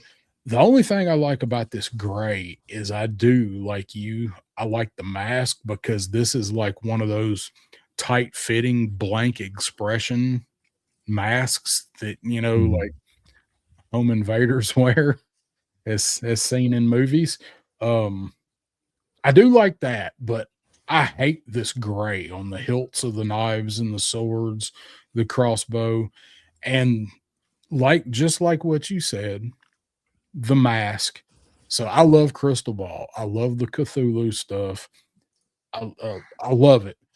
So, but it cheapens Crystal Ball. Yeah. Reusing the same one. It just occurred to me when you zoomed it out, I was seeing that second head all wrong. It looked like, because I'm seeing it from a very small screen until you blow it up, it looked like they had a different type of eye sculpt going on, like goggles, like night vision goggles. But then you see it's just the shine on the original sculpt. And you know what occurred to me? Why I will be happy to just buy one of these if I come across them.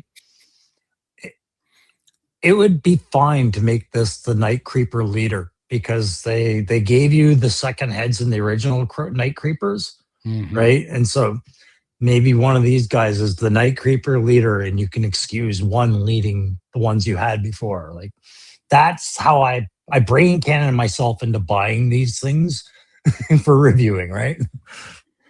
Well, my problem is I really like the whole dire tech thing and the mixing holograms with chemical warfare and spooky supernatural stuff. Like, I like that. So my problem is I'm gonna have to buy this guy to fit with my other dire stuff. And I don't really love this figure. So I will probably get one.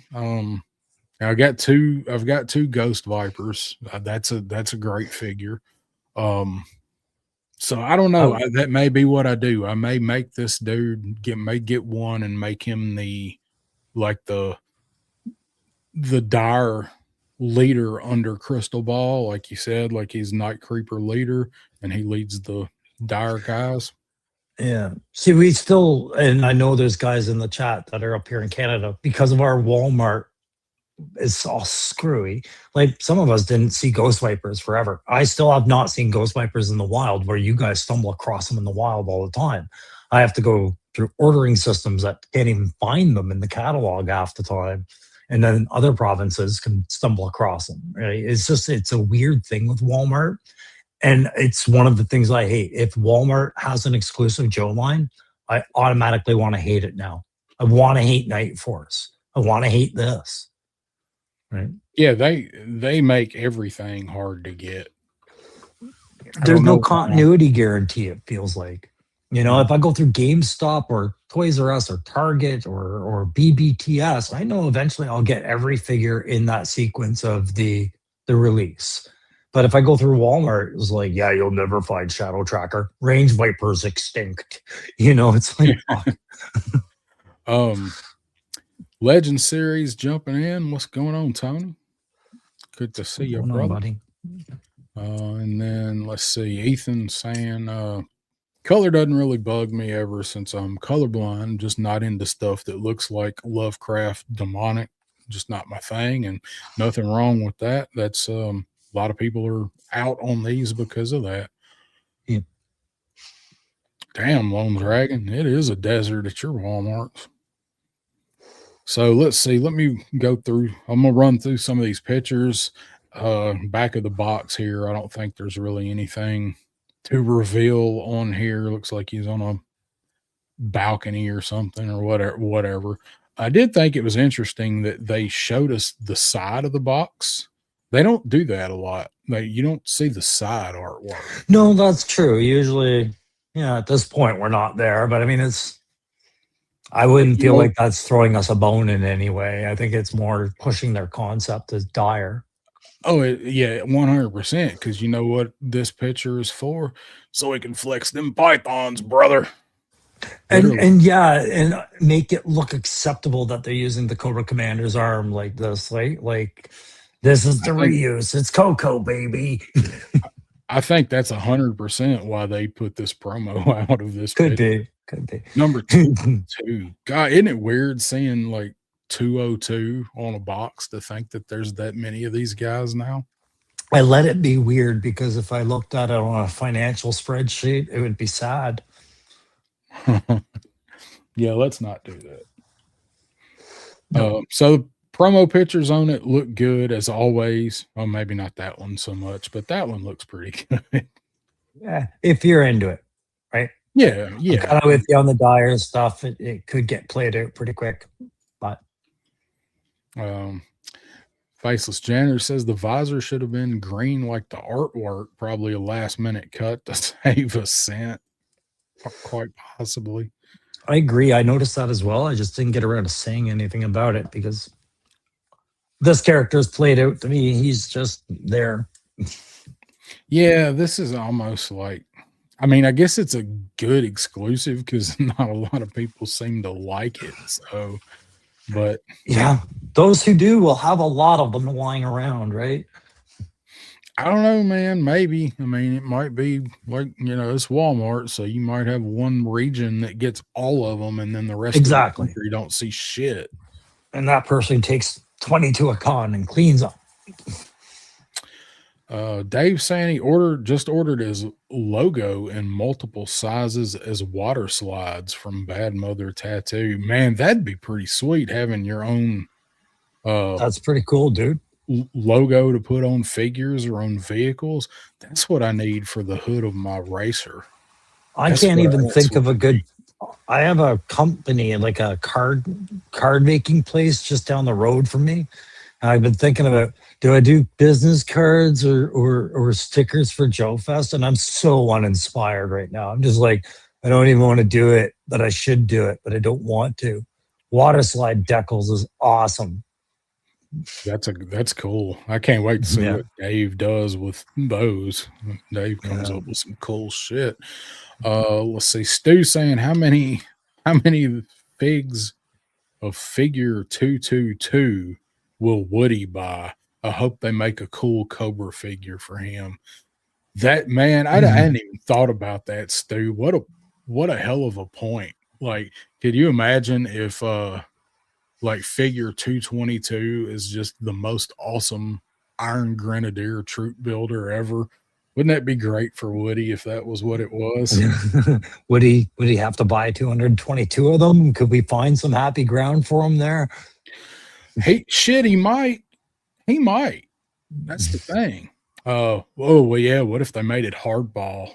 Yeah, that's Woody's favorite Yeah. color. So wouldn't that be great? Somebody write a letter.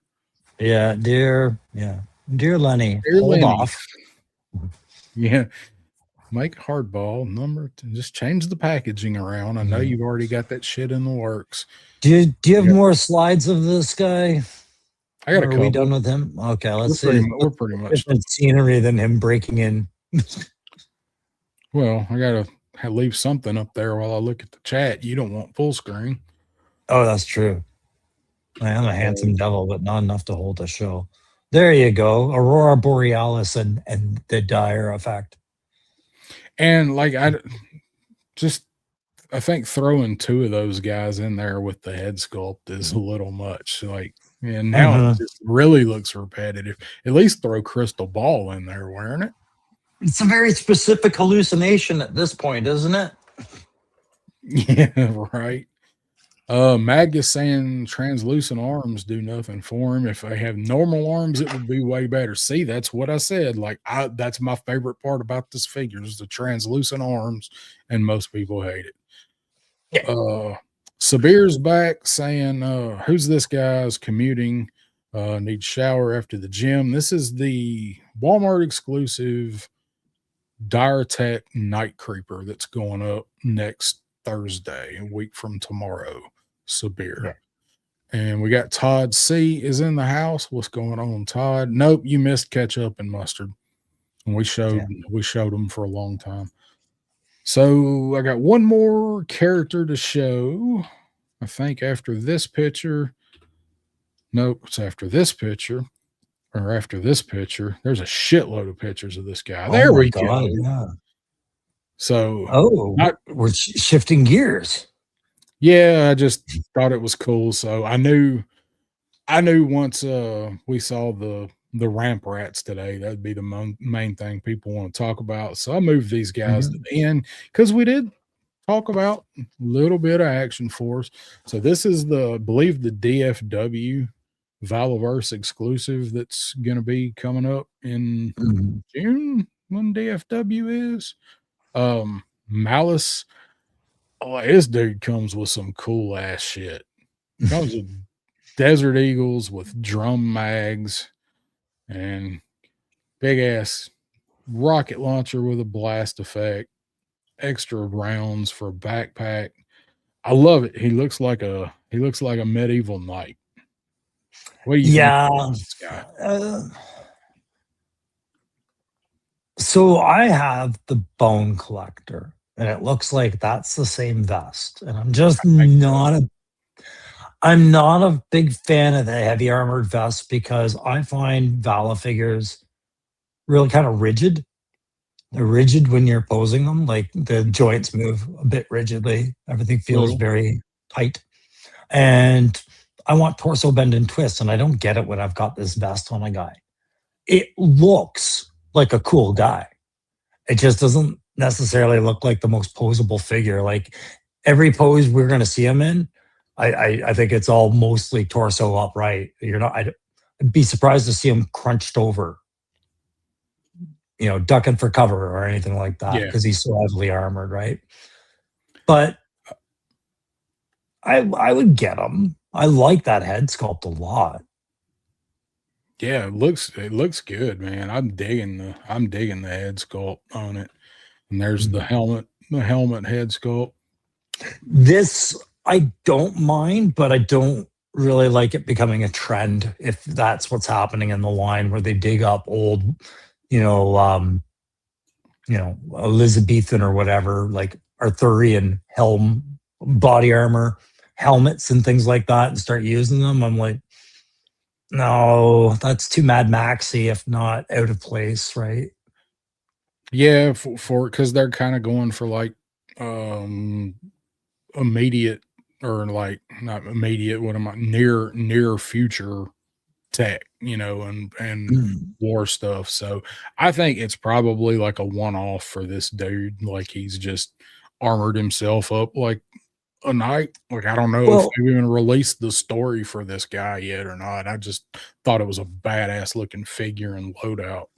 I don't hate on it. It's just like I said. I like doing when I'm posing figures in the firefight. I like having them crunched over, looking for cover and Yeah. stuff like this. This is the guy one. I would have to get used to a more upright. Makes sense for the character. I do like the armor in that. Again, Valiverse sets his thing in a dystopian kind of setting. That's something a guy could make in a blacksmith shop relatively easily. If there's no Yeah. electricity, he's got to kill him, right, or whatever. I get it. It's just the I'd like to find out a little bit more. And I'm not planning on paying full price for this. That's the other part of it is it's not something I'm going to seek out. And so Brian King saying it might be up for sale at the same time as the show. So yeah, he did say I think that this will probably go up like at the show, or like the on Sunday when the show closes or something like that. So you Mm. might not have to like have somebody there to pick it up for you. They are going to put it up. Um, there's Loki Wartooth saying I don't like it. No, yeah. I mean, no, I don't dislike it. I just don't really care. And that's fine. I like the black stuff. I don't have to like all of it. I don't have to like everything, but Yeah, I that's right. don't think it's necessarily a bad looking character at all. Just not my thing. And Matthew saying you don't have Bone Collector too. He has a lot of the same armor pieces and he moves fine. So I guess they retooled it. I don't know. I I don't don't have know. Bone Collector. I like it. I just never did pick it up. So Yeah. Turk likes him. Almost a Baron Iron Blood helmet. And Steve saying I like the helmet. The Gustav's knife, nice, reminds me of Dentilius from the Adventures of Hercules. Dentalus, yes, I remember. I was thinking about that when I first saw that the other day too. And the Dentalus and the mask, right?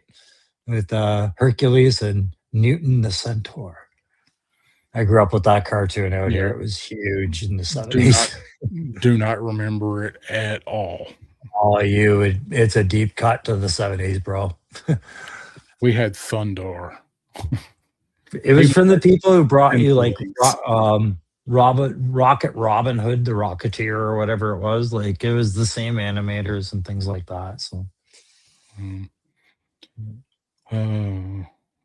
Helmet made for me when I was Halloween when I was 5 out of Home Depot wasn't around when you were 5. and look, Dad, I'm Ah, Iron Man. Iron Paint Man your jaw 3000. silver. Yeah. So what if he makes a pink version and it's Malice 3000? Either way, it's not. The kit is the compelling part of it. Seeing the anti tank launcher there, the tow missile launcher or whatever it is, and the twin guns with the drums. That's kind of cool. There's cool stuff happening there, right? I Still like not enough to make me go after it, but others will. I'm a I'm a big Desert Eagle fan. He lost one of his flip flops. I like Desert Eagles, so Desert Eagle with a drum mag. I'm there for it. You're there for it. Yeah. All right, I'm going to give you the floor for a minute. I'm going to go visit the banyo and refill my coffee. I'll be back in just a moment. Okay, I'll show guys You want the full Ghost screen? Rider. Sure. Well, remind everybody that I did the Ghost Rider earlier. So Show Snake Eater too. Snake Eater's up there somewhere. Yeah, so just a funny thing happened. If you guys are following my channel, you guys know I did a video where I showed you got the custom boat and the bike. I just said it's my custom vehicle 2-pack. And if you watch that video, you know I named that figure Snake Eater. That it's fine at Joe Fest. I think it's Grindhouse Customs is going to put on an event where they get you guys to make your own lieutenant or lieutenant Snake Eater. And I thought, what a weird coincidence. We both, like that name comes up at the same time. And I think, I just have the worst fucking luck in the world, right? Like, I don't think he ever, I don't think it was something intentionally done against me at all because I'm not that guy. And honestly, I think it's cool. He's doing a lieutenant and I did mine as a sergeant major. So there's difference right there. The reason I did mine as a sergeant major is because he's the true Snake Eater hard ass. I'm fine with those guys using a footloose puck and the cool kit that they're going to provide. I'm probably going to buy into that. They're making Lieutenant Snake Eater. And I think, oh, that's the new guy everybody makes fun of. Ah, you're such a Snake Eater, bud, hard ass, because he's so new. So 2 different entities. There, I talked about Snake Eater. For those of you who ever care about the boat and the boat driver. This Ghost Rider, I don't think this is a better outing than this one. This is a fail on most levels, and I'm going to have to really look at it in the review. The flame effects for the front pikes are a poor fit for the posts that they're supposed to go on, which are these little pegs on the front spokes that you can see. These flame effects have 2 holes and they're supposed to go on and just fold over the bar and the light like so. And we'll do it again. Hopefully, if other people buy this, maybe it's just mine, but they're weak. They're very weak posts. The grip is poor on this particular flame effect, if I can get it on the right way. And you guys can see I've got them squeezed on tight, but yeah, really poor flame effect there. The back pipe ones are fine because they fit in completely differently. They actually fit into the exhaust like, where is it? Almost like using Rachel Summers' wings. There's a locking groove that goes over the pipe and then a post that fits in, and that pairs off with everything it needs to, so you can get that effect. And those aren't problems at all. Those 2 the effects, but the front ones are terrible. They're just a terrible fit. So either I decide to glue them on, or I risk seeing some blue tack on some of that, or I just get used to the idea that I'm just going to repaint this bike anyways and not care. Because it's not going to remain a Ghost Rider bike. But so lackluster be their need to, make it, oh, this is the 60s or the original Ghost Rider, just like we released the, in the toy version on a different scale. We want it to be, true red. You could have gone to the efforts to use a plug system to cover these screws. Something, either red screws, maybe. There's a little bit of effort that could have been done there to really capture that. The screws expose it. What about the rider flames? What's that? What about even flames? just flames that plug into those holes? Sure, something that covers those screws was needed. And you can see like the posts on the tire, because I think the bike, as Evil Dookie might have said, I think this is Logan's bike. But this skull is really cool. It's just not worth the value of the bike. Having tires that light up is fine if you guys can get lights underneath them. But I was kind of surprised it didn't come with the effects that the other bike came with the flames for it to ride on. Yeah, this is from this one. It kind of sucks. Yeah, it comes with the same whip and same hands as this one, but the fire effects are completely different. This is old school chopper, but it doesn't have road. Get to the chopper. But yeah, I don't know. If you're looking for an old hog, it's fine, but don't expect too much out of it as far as the front flames.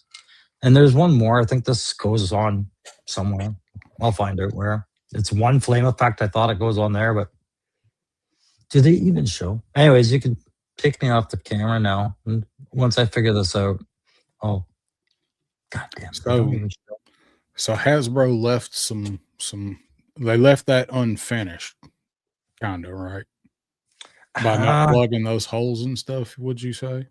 I maybe unfinished would feel that way, or just I feel like it's a coincidental cop out. Oh, you guys expect the red, but then they go to things like, well, you expect the red, but did you expect a license plate that says Hell 616? Right, black and red license plate. Like that's kind of cool. So there's effort, right? There was efforts. So why not just look for the simplest efforts first? You know, like I don't know. The kickstand's a good kickstand. I will say that. It's 3-positional. But anyways, that's enough about the bike. We have topics today. Well, to that, I would say... Wow. Come back on Amateur Night, clowns. Say to that. Ethan saying, love your customs, man. Love a Hooahh? No, sorry, I can't see the chat. Love your customs. Oh, thank you. Appreciate that. Well, I knock everything down. Fuck it all. All right. I need a moment. You set everything up. I'm listening, but my mic is off. Oh, I'm ready. I'm ready to go. So we're going to go ahead and jump into our topic, which of course is who's the boss. I will see how Crow wants to play his creations, but I will tell you guys when I do mine, and we may approach it a little bit differently. I'm going to let you guys try to guess who is the boss of my little teams, my little squads I've put together, got them written down over here. And I guess we'll probably bounce back and forth, do one of mine, do one of his. We've got roughly, I think, about the same amount, although Crow does have some additional pictures with his. So that's what we'll do is I'll show them and let you guys see if you can figure out who the boss of the squad is. And I will tell you, and we'll kind of go over it quickly. Just a fun little topic. We've done some fun little pictures. Will is out. Good night, everyone. Be well. Thank you, 3-star. And Crow, thank you for stopping by, man. I appreciate you hanging out. Hit that like on the way out if you haven't done that yet. Always got to remember to say that if I can. Bobby said, Crow, plug the optional hands into those screw holes. Yeah. Just have them just sticking out, just waving and shit. Demon hands from hell. Yeah. So, how'd that sound to you? Go back and forth and I'll show yeah, that sounds blah blah blah. Okay. Good and proper. I just spilled wax over something. But I'm gonna go out and have a cancer while I do that. So I guess you want me to start, is what you're saying. That's what it is. I'm going to turn my camera off right now. All right. And I will tell you guys, I may or may not have created a monster. Yes, you did. May or may not have, and I will let that be addressed here in just a minute when we get to it. But yeah, it'll be a fun ride. All right, so I will show you guys my first team. Let me get this pulled up right, chow, and y'all. So this is my first team, and the name of this team is Research and Dismemberment. This is R&D. So this team consists of scrap iron, metalhead, techno vipers, and bats, because that is what they are doing, is just building weapons and bats and testing shit and blowing shit up. And I like that scrap iron has this giant claw backpack helping build these bats down here. So got a bunch of techno vipers over here welding up some arms and some bats on this assembly line. You got metalhead in this little cage testing out some shit. So this is different variations of the bats. Like there's all types. Yeah. Yeah, I haven't so seen these pictures. Darren has seen all my pictures, but I haven't seen his. yeah, so you got this crane hook down here that's moving them down the line, bunch of spare parts and shit over here. So, I but this like that is they segregated the biggest idiot in Cobra into his own cage. So when he goes up, he's not taking anyone with him, even a useless bat. he's got his own explosion / bulletproof glass cage to set over there and shoot stuff in. We call that a convection refraction chamber. It means everything's going to hit him. All the stuff that normally wouldn't will now hit him. That's like the molecular reducer enlarger ray.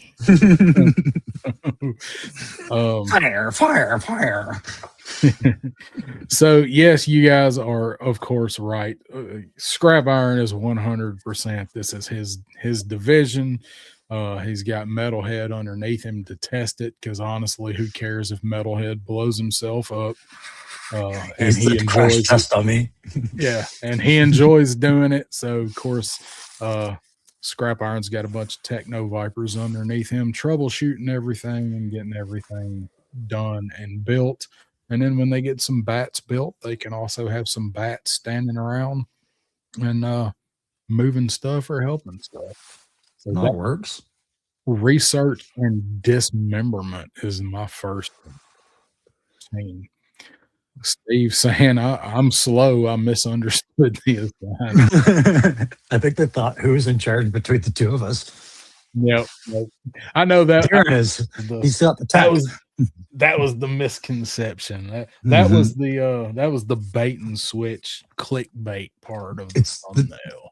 It's the Jay and Silent Bob question. Oh, let's see here. Tark saying if Scrap Iron would not have been there, I'd have said Tuco Viper.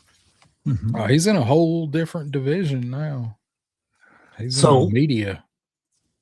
What people are going to see is how I approached mine was just I set something up that I thought made sense, thought of a role for it, and then I learned how to play with CG or AI today. And Darren got to be the victim where I said everything to him and said, now watch what I do. Now watch what I do. You got barraged with like 40 picks.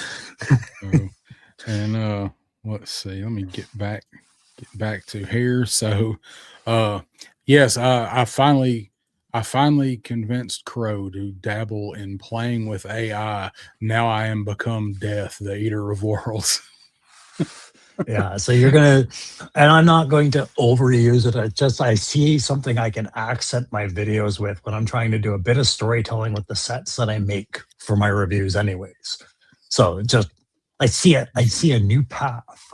Very, very helpful. And if you did watch the Hiss and Tell episode 1, part 1, you will see some visual aids that go a long way toward helping tell the story. So AI is a tool. It's a very good tool. It can be misused like any tool, or it can be used to have a shitload of fun. And this was a prime example of why I like collaborating with Darren for the last 2 years, right? Is because when we bounce ideas off each other, sometimes we're giving each other advice and then we stop and listen to our own advice, right? And just good ideas, they help everybody out. Nobody gatekeeps in my circle. Evil Dookie, he's not a gatekeeper, Definitely. So, and that helps us all. So I appreciate that. Yep. Yeah, I did. Crow did give me some suggestions for that video, and I did follow them, and I think it was better for it. So you ready for your first team? Sure. Now they're gonna suck, but let's see them. Let's see if I can remember the name.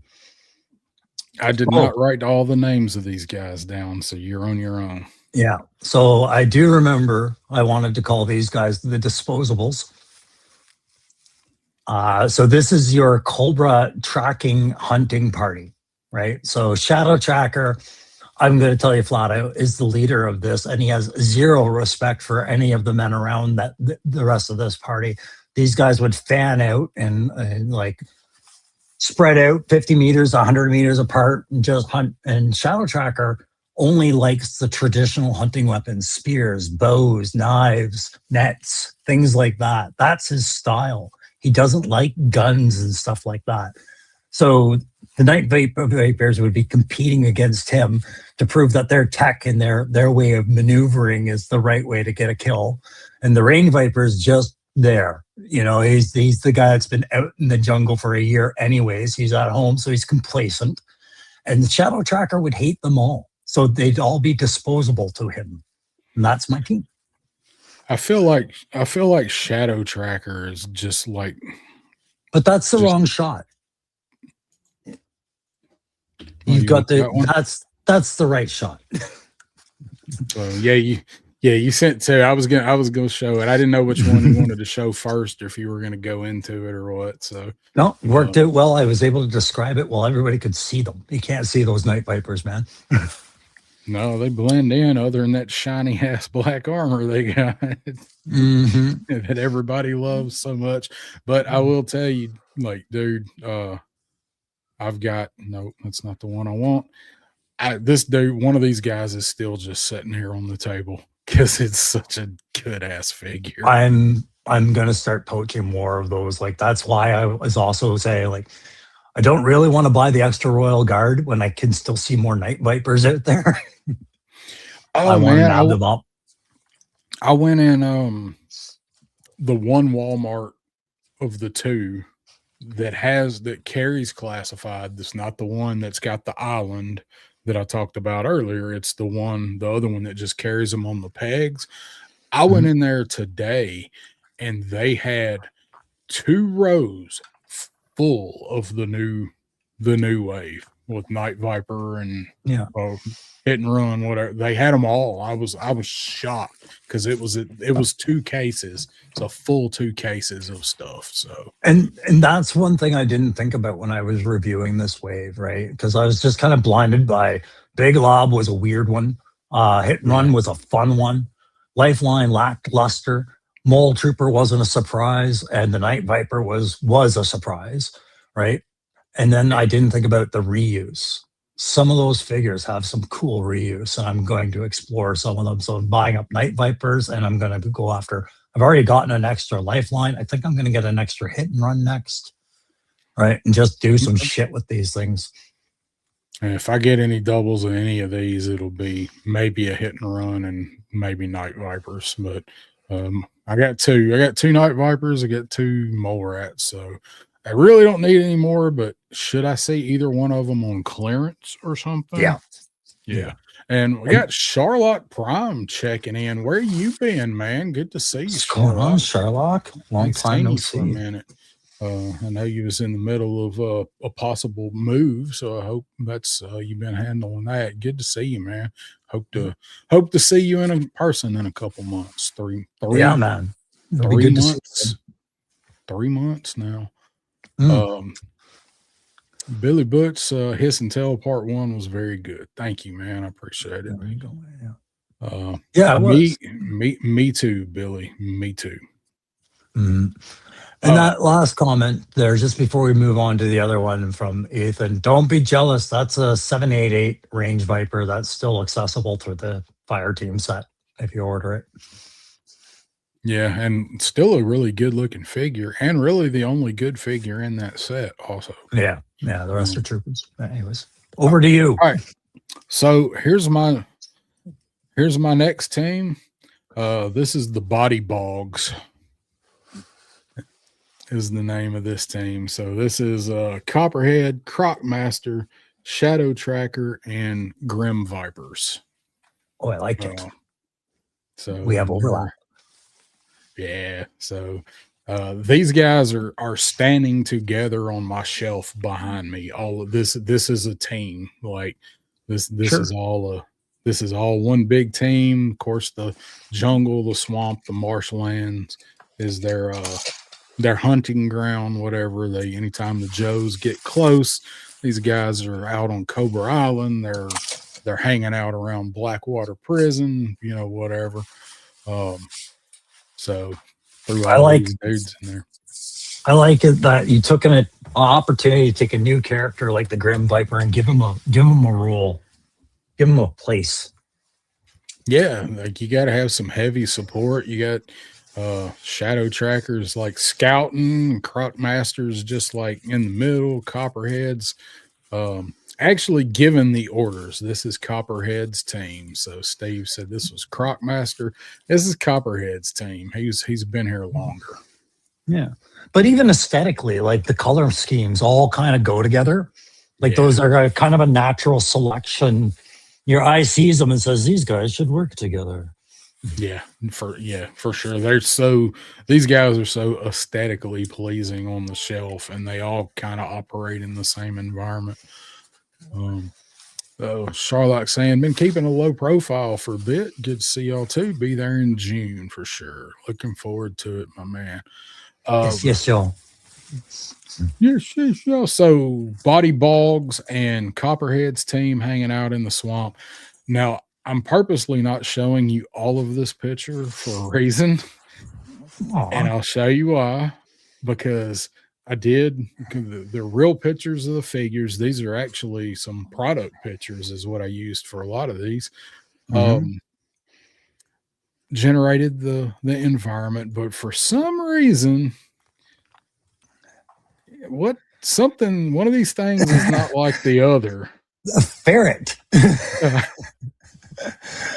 Well, you know, don't judge the crocodile and their taste and interests. You know, it's like they're the Angelina Jolies of the Wild Kingdom, adopting everything. So I don't know. So I'm thinking it's a ferret. I'm in my mind. I'm trying to convince myself it's at least a honey badger, but I'm pretty sure it's just a ferret. It's just a ferret, dude. My friend had a ferret. That was it. And I saw it and I'm like, why? I got to remove that. And then I thought, you know what? Fuck it. They can have a ferret for a mascot. Yeah, It's that's the Shadow. cover. That's Shadow Tracker's secret weapon, the ferret tease. Yeah. Vicious animals. What was it? Beastmaster. He had 2 ferrets. Yeah. So I thought that was hilarious. And I'm like, no, the ferret's got to stay. So Yeah. So you're delegating targets. You guys take Copperhead. You take Crocmaster. You take Grim Viper, Shadow Tracker. I'll take out the ferret. Yeah. I'm sorry, you're on the ferret. Yeah. All right. So I thought that was pretty funny that it generated that. So yeah. Not that one. My list. All right, I found my list. Good. Now I remember the other names. Thank God. I almost wrote them down, but I'm like, no, surely he's got this. That was my job. My job. I have jobs. You give me jobs. That's why you're the boss.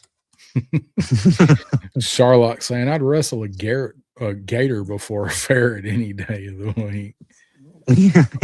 Just some fights people know about, right? Yeah. Ferrets are bastards. All right. You ready for team 2? Sure am. Yeah. All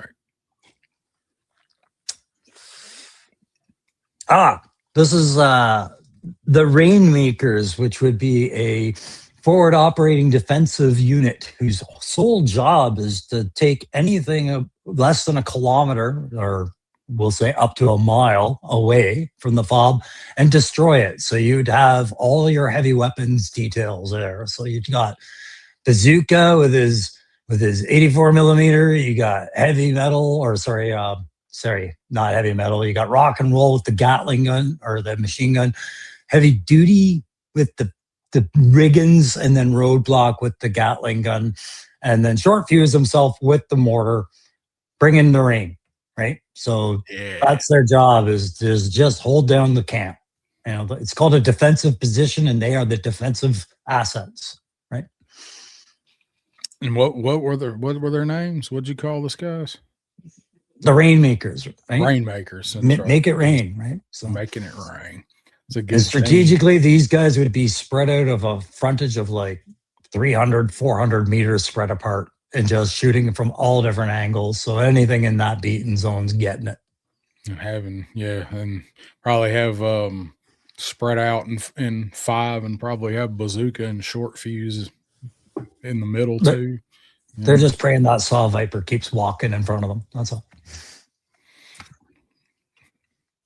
They won't have any problem taking out a saw viper. Yeah, this was barely AI. I was kind of like, put them in the desert, and it just gave me this little bank of sand. I was like, you take it. Some are good, some are bad. Moving on. Yep, good enough. Yeah, you can see my table in the background. Like, all right. So my next one here, I can't swap when there are files on Windows. I can't swap back and forth like you can on when it's a web page. It's kind of a pain in the ass. So, all right. So here's my next group. This is the Scorched Earth Squad. oh, I already know who's boss. I know you do. Take a close look at some of these guys. The shit is. This is for the first time ever. Saw Viper's the only one that looks the way he should. Well, right? blood too, but yeah, blood's looking right. Yeah. Frag Viper's guys, like, I get it. My arm was weird. Moving on. Yeah, I don't know why it did that, but I thought, you know what, we're gonna make that a 40 millimeter cannon instead of his highlight grenade arm. I was gonna keep prompting it and get it changed back, but I'm like, you know what, I kind of like that. Yeah. So we got a little. Go ahead. No, go ahead. You first. Yeah. I forget what I was going to say already. Go ahead. So we got Major Blood, Robert Skelton, aka I saw that. Overkill. Got Frag Vipers, Incinerators, and Saw Vipers. So see, I like that Overkill better than the one we're getting. Yeah, this is the Overkill that we deserved. So 100% the leader of this team is not Major Blood. It is Robert Skelton. You son of a bitch. Because this team is sent out to absolutely destroy anything in front of it. This is Scorched Earth Squad. This is the guys you sent in. They ain't taking prisoners. They're not leaving any buildings standing. And it is Robert Skelton's crew. Major Blood is there, but Major Blood is there providing tactical assistance. He is the tactician of this group. Everybody else is there to wherever he says that he thinks they should direct fire. Saw Viper is there, or Robert Skelton Saw Viper is there to tell them that's what you take out, leave nothing standing. You see that doctor and the guy with no shoes? Take them first. That's right. Go first. There. Hey, hit the chat because some people are really enjoying this pick, especially they're getting some ideas now. AI's good for that too. Yeah, it's really say hi to HK that. Viper, by the way. See him there. There he is. What's up, HK? So, the Fragrance Viper. I like the fragrance. So, need to upgrade the Frag Viper loadout. How awesome would that be to give him just a fucking belt-fed cannon, like a belt-fed version of what the new Sarge has? I'm not a shill for them. I'm not doing this. It just came to the top of my head and it kind of makes sense. So I'll say it. If you were kind of wanting to probe whether or not gridirons for you, they sell affordable small loadouts for certain figures for certain rules. I would look at their menu and say, maybe that's how I satisfy my gridiron curiosity before I decide to get maybe a hound or something, right? Yeah.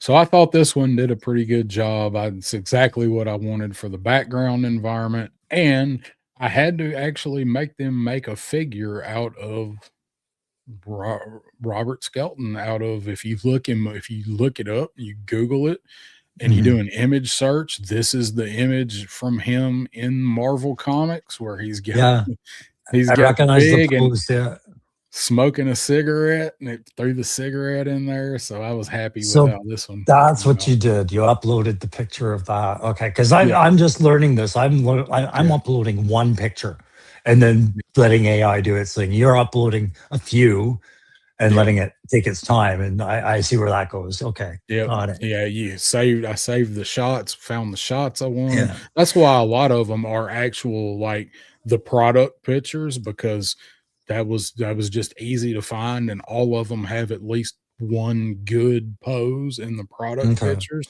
So that's what a lot of them are, but for like Robert Skelton, I actually went and found that picture and then prompt Yeah. make them all action figures, realistic, blah blah. So yeah, you upload multiple pictures and you can do this kind of shit. And it's good we touch on that a little bit in this episode tonight because the Daredevil Dave was kind of interested in how this works because the AI is actually a lot easier than I thought it was. It's just finding the right program. So I uploaded Gemini today on my tablet, and that'll let me on the free trial, like the free base, upload I think 10 pictures a day or 12 pictures a day, right? And that's a good limit for me. That allows me to use them in my reviews or my custom photos. And after this, who's the boss stuff, we're going to slip in a few of my customs treated with AI, like I kind of put on my channel today on Insta and on my posts. And I'm going to answer the question: is there a Joe that plays hockey? There's one. There is now. I made one. Okay, there's two. All right, There's a new next snake eater kind of custom. So yeah. next crow team, Yep. go. Who is this?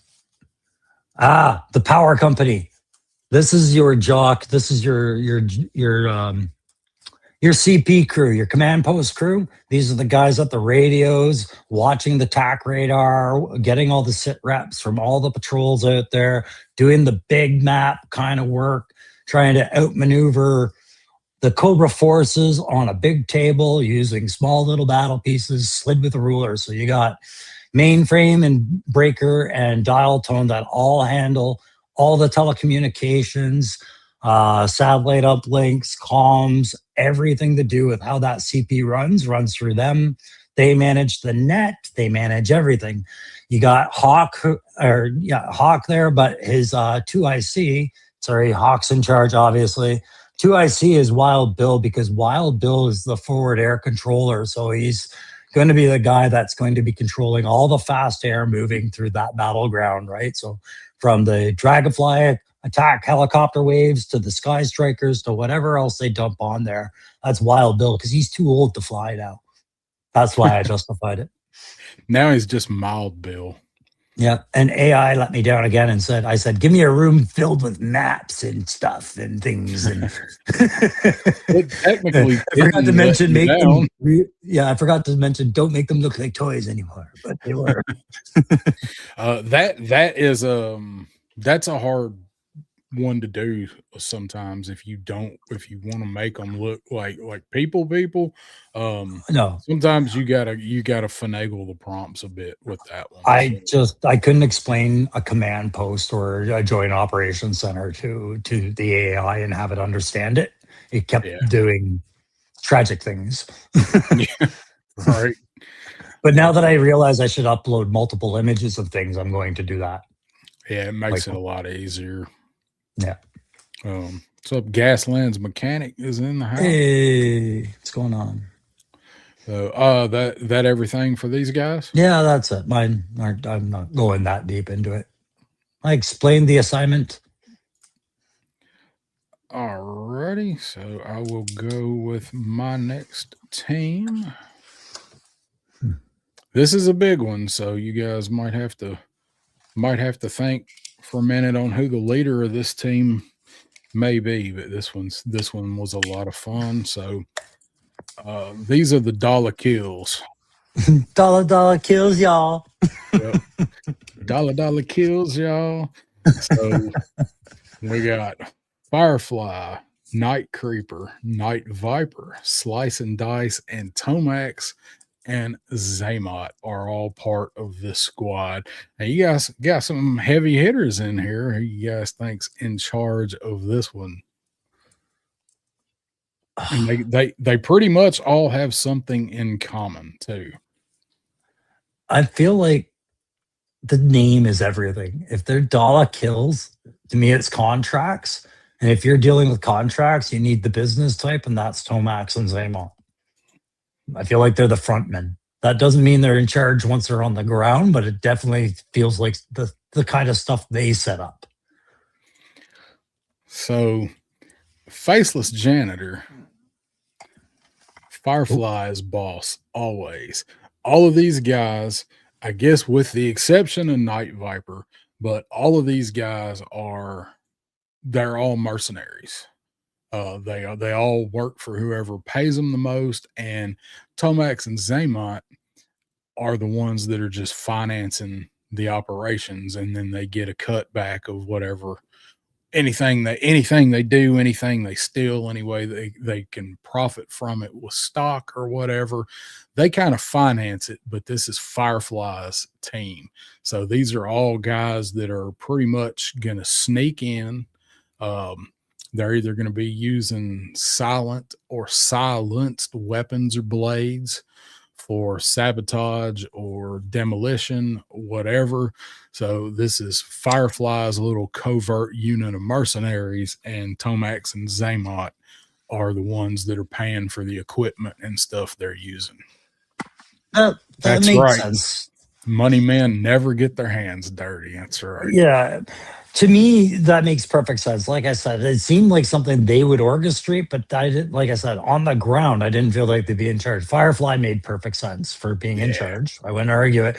I would just because I looked at my Cobra teams and I asked, is there a place for Tomax and Zaymot? And I come back to, why would I want such a liability? These soft core businessmen that if I punch one, the other is debilitated. It's like, I'm not including them on any of my teams. Yeah, you shoot one in the leg and you disable both of them, take both of them out of the fight. So yeah, it's just like the most effective enemy ever. Thank you. And I was doing the names, and I was like, I designed the little logo, like that would be, if they wore a patch, that would be their patch. But none of these guys are going anywhere with a designated patch on there for intel. So tis fair. That is my dollar kills team. So dollar kills, y'all. Yep, dollar kills. So let me get back over here, and we will get ready for Crow's next group. And that is going to be these guys right here. Which one did I have for them? Oh shit, did I have a name for them? This was salty and squishy.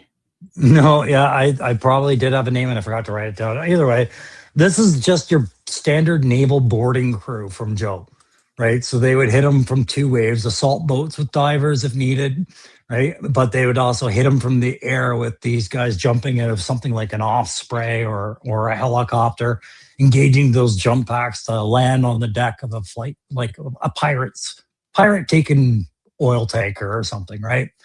That's the role I had for these guys. So, and I wanted to find something for Starduster to do, and it made sense to pair him off with a couple of jump pack infantry that nobody really seems to like anymore. And hey, you know what? Take that stupid yellow diver and give him a sweet day in the sun.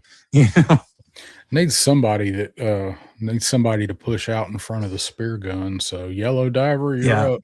You named these guys the Fish was the name of this team. Oh, the Fish. Okay, yeah, that's right. Like the big fish. But this would be like a two-pronged leadership, because you'd have to have Starduster in charge of the steel core guys, but it would be torpedo running things underwater if they went underwater, right? So that's good. Gasland says call them wet works. Yeah, I didn't really do the assignment on the names too much. I came with the shit I would call people as slang if I was sitting in my my call side talking about them. You know, oh, look at those guys. Ah, the fucking fish. Go fuck off, fish. Fucking Navy. Giving them names was kind of like extra credit. Yeah. Like I was just like, oh, let's name them, and you're like, I got to get them done first. We'll worry about that later. Yeah, priorities. So my next team, this is the Outsiders, and this is Crystal Ball. This is the Dire Tech, Night Creeper, Big Boa, Raptor, and that is supposed to be there is a Viper in there. There's supposed to be a Ghost Viper in there, but for some reason it kept fucking up Ghost Viper, so I left it out. So he's present somewhere. He's in the bathroom right now, I guess. So this who's in charge of these guys? This is a weirdo team.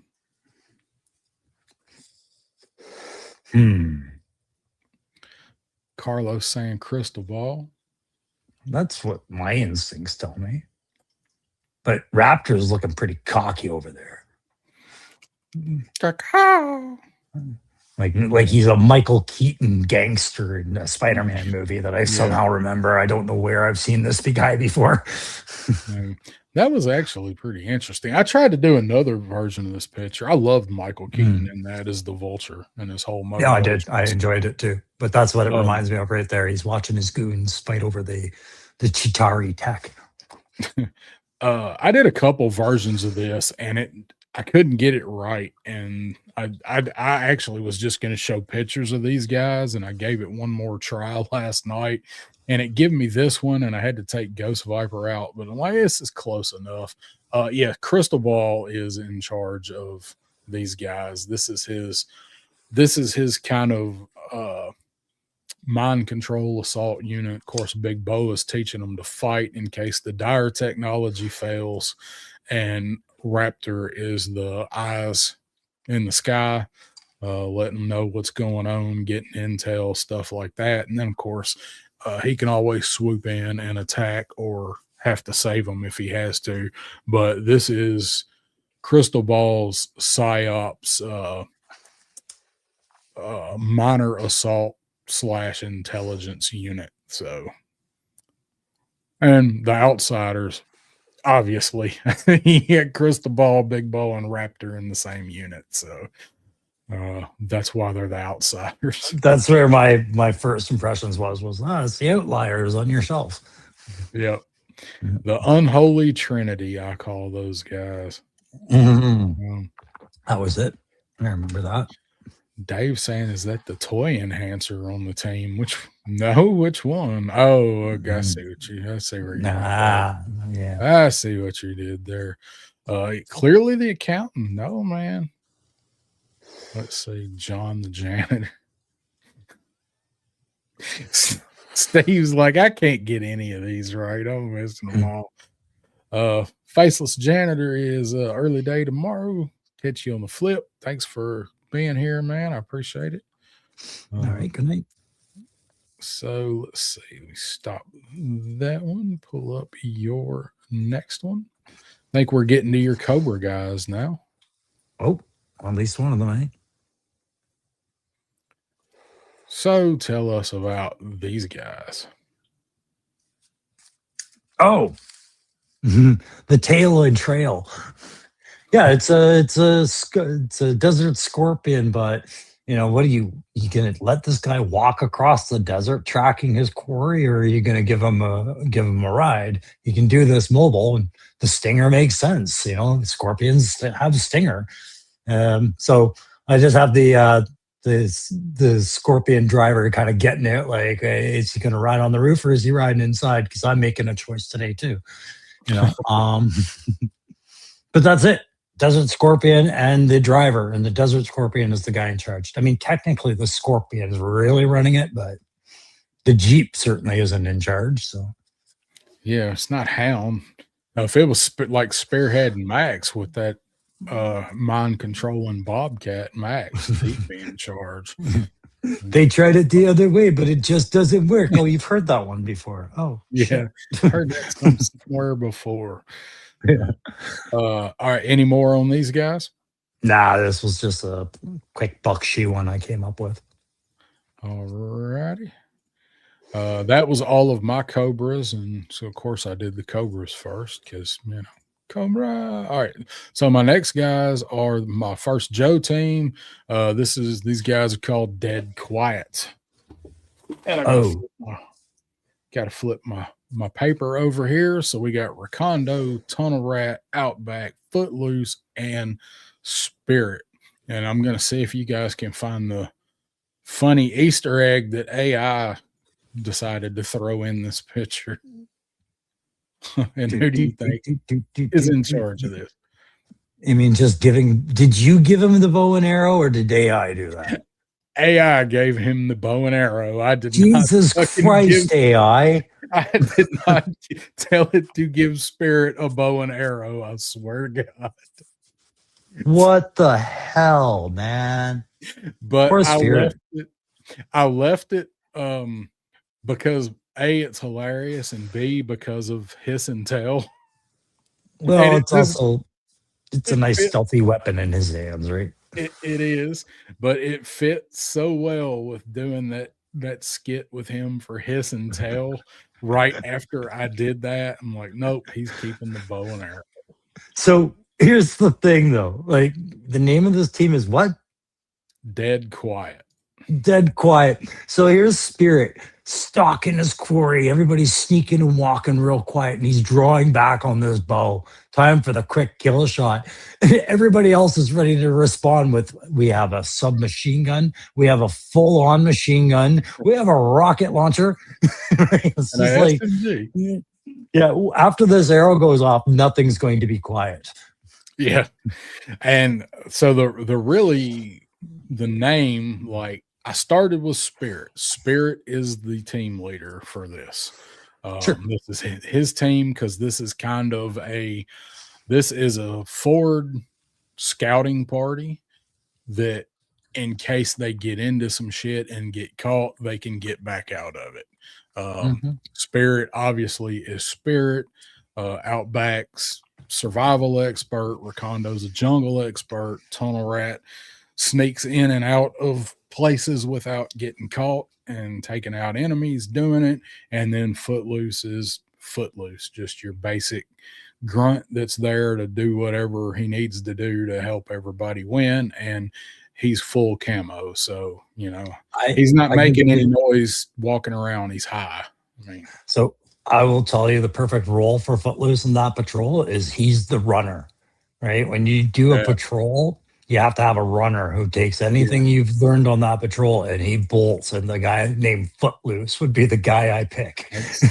That's a good call. That's what he's doing. If they see something, he runs back and tells everybody else what he found. Yep. He takes the maps. He takes everything.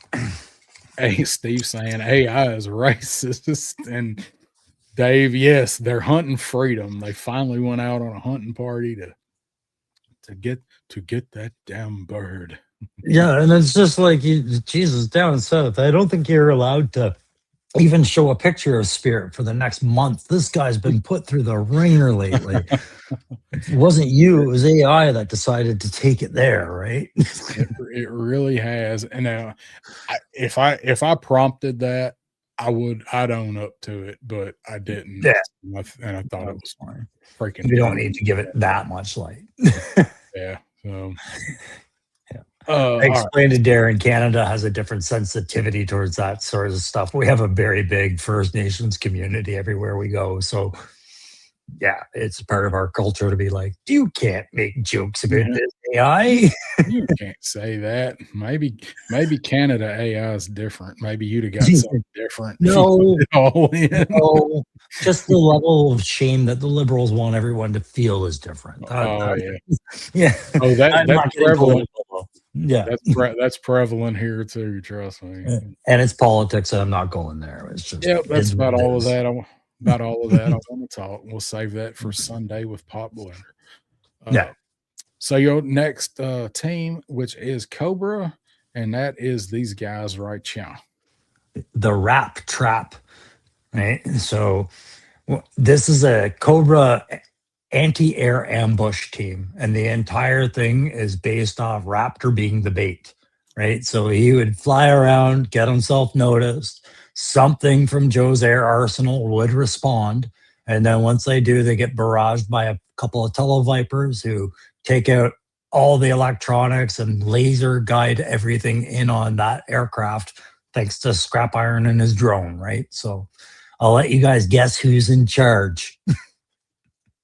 I'm going to guess Scrap Iron. Yeah, not many leaders who decide to be the bait. So yeah, that's what I was thinking. Like, now look, in case they shoot me down, Televiper, you're in charge. yeah. Blue Televiper, you're in charge. Purple Televiper, you're out. Exactly. Yes, good call. I had two televipers in this shot because I only have two televipers. Those are them. Right? But yes, the Rap Trap. That's pretty good. Let's see. Let me get ahead to my. I think this is actually. No, I reversed them. I got two more. So is that all you got on these guys? I think so. Yeah. Okay, it's a good team. I like Raptor as bait. I don't like Raptor very much. I'm not gonna lie. I do, but like I just wish his wings stayed on better. That's and General Ledger's a piece of crap. Yes, agreed. My next team. This is the Magicians. So this team is Chuckles, Scarlet, Lady J, Mainframe, and Flint. And I purposely put them in them all. Okay. I'm trying to figure the connection to the Magicians part. Just each of them's got a gimmick kind of deal. Not only does each of them have their own gimmick, so these four, Scarlet, Flint, Lady J, and Chuckles, are masters of blending in. We see Scarlet, Flint, and Lady J disguise themselves all the time. It's on Lady J's file card what a master of disguise she is. And of course, Chuckles, we know all about Chuckles sneaking in and blending in. And then you got Mainframe, who can hack into anything and produce new IDs, digitally whip up passports, or if he had to, steal somebody's identities. So these are the magicians because they can magically blend in anywhere. That's why I've got them hanging out at a mall, getting ready to go to Foot Locker back here. They can blend into the crowd. They can be anybody. They can disappear anywhere. And then they've got Mainframe to either clear or create their digital footprint. So I was kind of going with the now you see me, now you don't movie vibe. That's what I was feeling when you started explaining. They blend in and, one guy supporting them tech. I was like, I gotcha. Yeah, because now you see them, they're Joes, and then next time you see them, they're just these people walking around back in the background. So these are kind of covert guys. Yeah, man. Scarlet and Lady J are shopping and they're just throwing a credit card across the room to each other. Scarlet shooting the credit card up to the register with their crossbow. Yeah. So who do you think is in charge of this team? Oh, being what they do. Who's the boss? I think it's got to be the one you didn't mention. It's the Baroness down by the Foot Locker, standing under the Foot Locker sign. She's the actual one in charge. Da, da, da. She's wearing a fat suit, though. Yeah, Baroness need to walk her ass down to the Jenny Craig store. That's how covert she gets. No, So I have no idea he'd put in charge of this. I wanted to say Chuckles, then I wanted to say Scarlet, then I was like, I don't know. it could really be any of them with this op, Yeah. but it is indeed Chuckles because this is everybody else just kind of plays dress up once in a while, but Chuckles lives it. So this is Chuckles. This is Chuckles' team. Yeah. If you're gonna wear a Right? Hawaiian shirt on the job, you better be the boss. That's right. Graf saying Roadblock's the leader. He's back there at the Orange Julius with the Auntie Anne's pretzel. No. Let's see. Mm. Charge the Light American Express. Never leave home without it. Yo, debt. So those are the magicians. I don't like that view. Let's go to that one. Let me stop this. I think I only have 2 left. I'll have to. I have look. the last minute Joe one that I sent you, and then I have a Cobra one. Yes. So I have the Cobra one up next Okay. in the slides. I'm actually on track for the first time in years. So tell us about these guys. I call this one question period. And this is the interrogators and tactical questioners that come into the room after they've captured a Joe, each with a different way of extracting the information from somebody. And most of them are nasty and involve screaming, right? You tell me who's in charge of this, because the entire idea is to take information the hard way. And then Big Boa for sure. Yeah, Carlos says mind bender. Mindbender. Mhm. I mean, it could be Big Boa or Crocmaster. Steve says Fiona. It could be any of them, but I'm gonna go with the guy that's gonna beat you to death, or the guy that's gonna have his crocodile bite your arm off. So Gaslam's got the one that I put in charge of this. I put Blood in charge of it because cartoon be damned. The way I picture Major Blood is more like a Chechnyan mercenary or a Serbian general that's, they ignore Geneva Conventions, and if the point is to take in information, he'll torture a guy in a variety of different ways, but he'll bring in the SMEs so he can just brag about it, not get his hands dirty. It's that kind of leadership. So it was Blood. Good call. I like the background that it generated for these. Like That was a cool acres and background. stuff. Yeah. They're like you're in Mindbender's lab, but it's also like kind of dingy and jacked up. Yeah. All living in it. I think that's what I put in. It was Dark Lab. Yeah. Yeah. That's pretty good. I like that. It's a good choice of guys. Wish it had quit removing us when I do that. But I can't stop it. Let's see. So this is my last one that I've got for my teams, and the name of these guys are the WFO.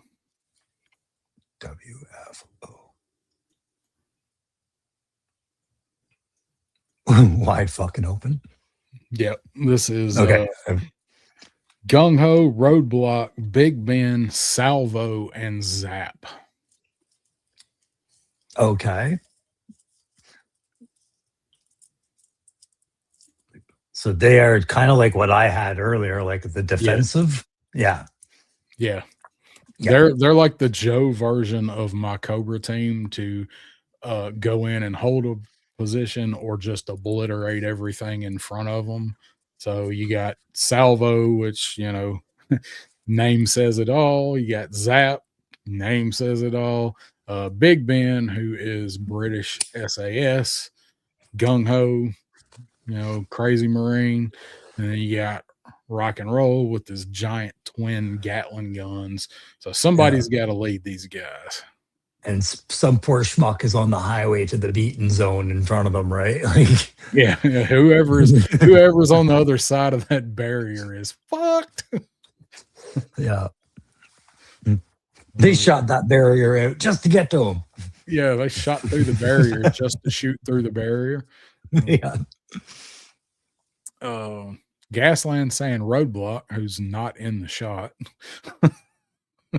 Gung Ho, Big Ben, Steve saying Gung Ho just because he's a Marine, and when it absolutely positively has to be destroyed overnight, you call us. So I feel like it's gung ho too. So Steve got one right, and the other guys got it too. It is gung ho. I really wanted to build up a team around gung ho that just is like, yeah, you know what? See all that stuff out there, kill it, make it smoke, you know, like blow it up. Everything in front of us, lay waste to it, or we've got to hold this line, or the whole team is done for. So that's why they are the WFO. So both gung ho and spirit were figures that I was starting to build together, and I realized I was trying to build the village people, and I stopped, and I didn't continue because I was like, no, that band embraced all the stereotypes, right? All we really need is Toll Booth. Like I think he's the only one missing. But Shipwreck was there, and you know, we were throwing Quick Kick in for jokes, but you know. So that is my last team. That's the WFO. We'll go ahead and pull that one off and get to your. This is my favorite one. It's just because it's just, you know, tactical perspective bullshit. And here we are. This is the Joker's Wild. It's a 4-man harassment patrol. So an AI made them shooting. That's the worst case scenario. I kind of wish they weren't shooting. I just wanted everybody to see which figures were involved. So you have Footloose, Outback, Stalker, and Recondo. And the idea is that they do what's called the cloverleaf very differently. When I say cloverleaf something, it means I've patrolled all the way to this objective, and I now use the terrain to maneuver around it in the shape of a cloverleaf, so I can look at it from 4 different angles and make sure I know what I'm looking. I can sketch it and do all that stuff. When these guys cloverleaf afterwards, they go and play practical jokes on the enemy, right? So they piss in the Gatorade, they leak get all the gas out of the generators for the tents or the heaters. You know, they punch holes in the fuel tanks of all the supply vehicles and everything. Just nothing to hurt anybody, but just basic psyops to decrease the morale to next to nothing. So when Joe does attack, the likelihood is everybody's just going to surrender because they're tired of being fucked with anyways. And these are good guys to do it. These are all guys that are going to be able to go do that stuff and turn around and blend right back in and vanish. And that was why I made this. No one's in charge. They all have the same mission, the same objective. But when they get to that clover leafing phase, usually you leave the guys back and one guy does the clover leaf. All 4 of them go so they can move fast, get the details, compare notes later, but perform the jokes all at the same time and get the fuck out. So nobody's really in charge. So everybody in the chat saying Stalker, and of course I would have said Stalker too, or maybe Recondo, but I'd have probably said Stalker. It's a committee of respect. It's one of those patrols where it's like everybody, because they have to eventually work independently, they all have to execute their own game plan for how they're going to do their thing, right? How they get the details of what they're sketching and then the joke they're playing and then get back. So you just have to know how to do it. So I didn't need a leader for it. That was the gimmick, because we were saying, who's the boss? I'm like, no one's the boss. No one. They're all equal. We're all fucking bosses. Next. All right. So those are all of our squads, but Crow did put in some extra credit and he made some extra pictures. So we're going to take a look at those. Yeah, because I was playing with the CGI. Or the CGI, that's so dated, man. AI. ChatGPT, help me. What's AI? What do you call it again? What's the name of that newfangled computer? Siri, it's doing the thing again. Let's see. Graph saying need a predator sneaking around in the background, and Steve saying all these teams and Tony Danza never showed up. That's twice you've mentioned the predator.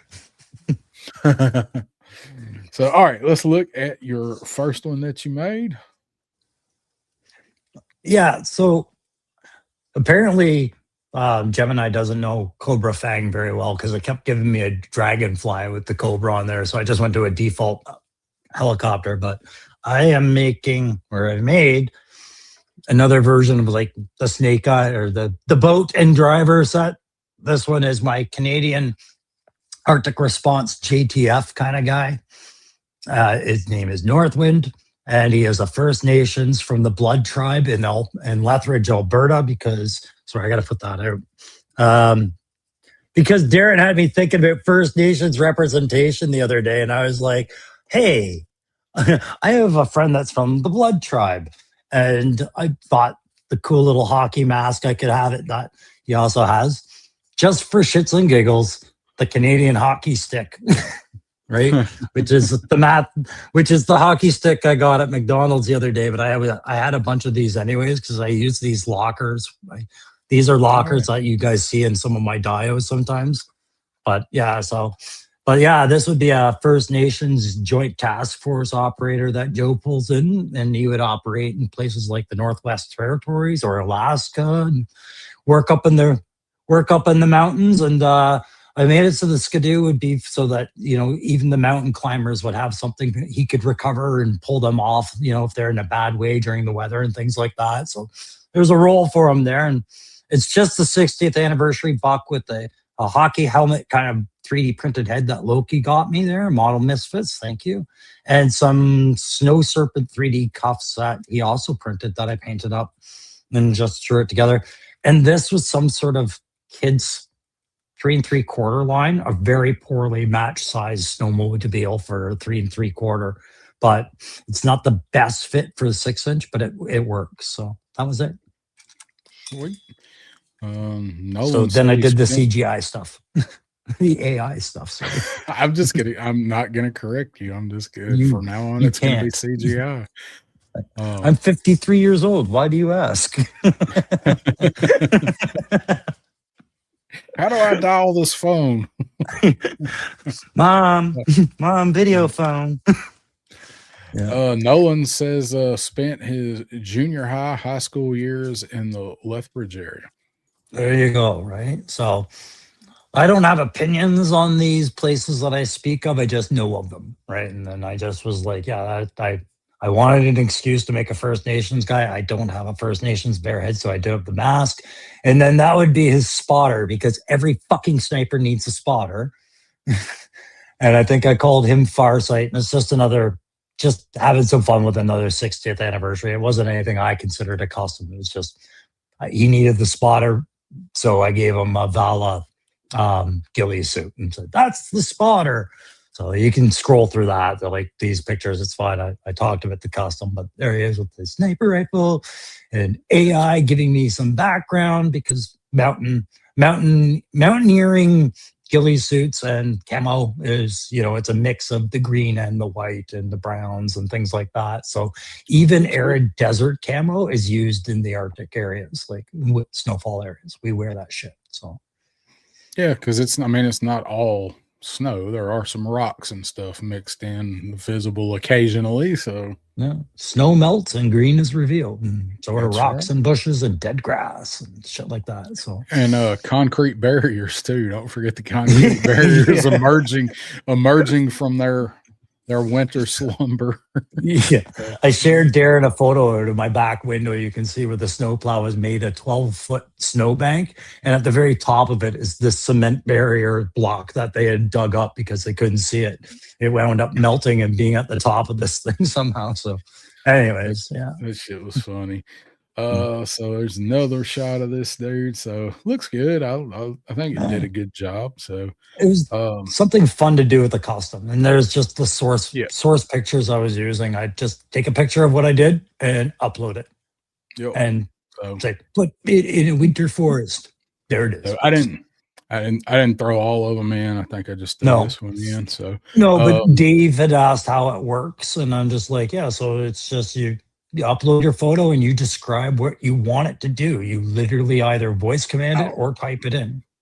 I I'll walk you through it, Dave. One day we'll get on and do like a StreamYard, and we can all get on there and do a private meeting, and we'll just screen share it and just create some shit. Pop's done it on his channel, but we can do that one day. It's easy. All right, so next one. Tell us what this is. What did I tell you that was? I have the reference. I have the reference. Give the reference to this one. So this is the reference. Yeah, picture. you gotta say it with the accent. It's Oh, Le Bear, wasn't it? Le Bear, the French Resistance. the French Resistance, the bear. So yeah, just having fun with that stupid Marvel bear figure I got the other day. So gave him the it looks like a German stun gun from the Valkyrie set, and a beret, and I tied the policeman tarp around his neck like a bow. I'm Le Bear. Come to liberate you. Why are you staring? Follow me, soldiers. They drop off one of those little shitty aluminum pistols that they airdrop to them. One of those. The Germans still can't figure him out. It seems like a civilian bear to me. Who'd have thought? We must interrogate this bear. What was the other? Take me to your leader, mine bear. Yeah. Oh, Dave, that's serious enough. Be careful, Dave. We'll keep an eye on that. Yeah, man. Warning. A warning better than a watch. So I hope you can hear us over the tornado. There was two versions of this bear that I sent there. And here's the next one. This is, and what is it in Batman? You stay the hero, or you live long enough to see yourself be the villain. This is what happens when Smokey the Bear sees himself become the villain, right? I fucking warned you. Only you could prevent this. Yeah, you could have prevented it, but you never stopped it. So I'm going to do it for you. So it's literally the bear with Sergeant Slaughter's Smokey the Bear hat. Nope, Darren, you're muted. Graph saying beret or barrette? Barrette. Barrette. There's a barrette if you're francophone. Now you got and these guys.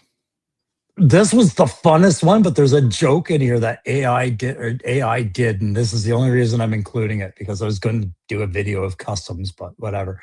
So Jinx has never been in Night Force. I decided to make a Jinx Night Force. I kit bashed a Jinx and a Helix and a NECA Hit Girl equipment, some Budo stuff, and some 3D printed stuff from Loki Wartooth and either Turk Murph or John, whatever. Painted it up. Did all that. Thank you very much, guys.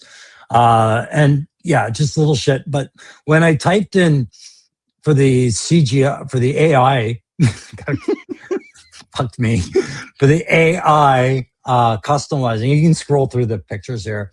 Get to the one where she's breaking in. So that was fine. Go back a couple. I'll just explain what was going on. Yeah, I said, show her in a dojo. Yep. Okay, next one. Said, give me the Arashikage symbol. That's as close as it got, and you can see like it didn't do anything for the floor. That was the floor it was on.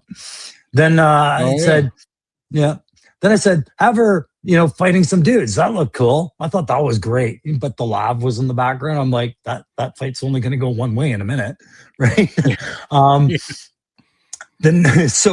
I haven't gotten to the worst part. I said, show her breaking into an apartment.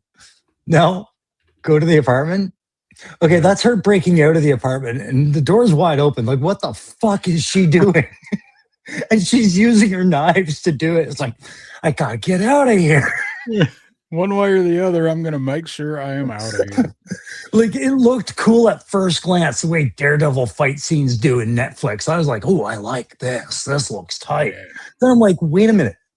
I said breaking into an apartment. She's trying to leave. Like, poorly.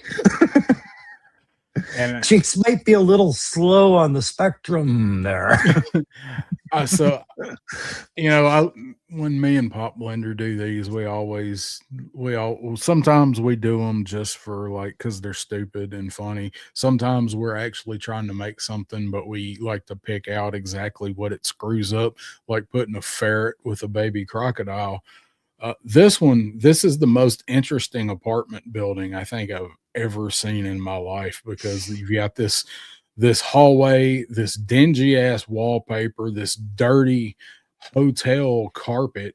They've all got key card readers or security locks or something on the doors.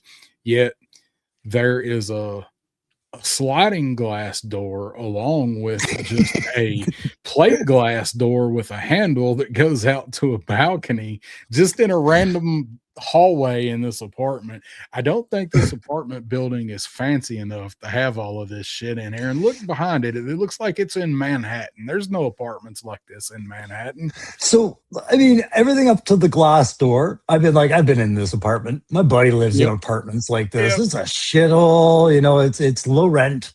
I get it. You know, some of them are nice inside, but that hallway is not maintained, right? No. But you're right. The glass door to the balcony. I'm like, oh, this building must have the highest public suicide rate ever. Like they just come here to jump off that balcony, right?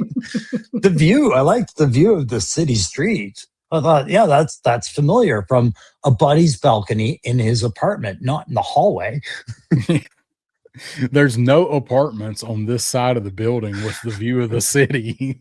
Yeah, it's like, Jinx, go out the way you came in. Why? Just do it. It's so funny. Just do it. So funny. Hinder Collector's here saying, "Yo, Joe." Hey, he's based in Texas. Go check him out, guys. He's collecting Joe. He's at the well into it point, but every new figure is just he's on it. He's finding them. So if you're wanting to see a guy actively on the hunt, go check out his channel. Like, share, subscribe if you like it. Check him out. And if you like knives, he does a lot of that too. That's where he grew. So nice. I like knives. Ethan saying, I love how the door she's breaking in is open on the other side. I mean, maybe able to let it go if she had her blindfold on. That's pretty good. There's people who look deadly, and then there's people who are deadly. Jinx looks deadly. She just looks the part. Yeah. And Graf saying, be safe, Jinx. Always lock up, even with the broken glass opening. It's got 4 coming, he says. Get four new Joes coming. Who you got coming, Henry?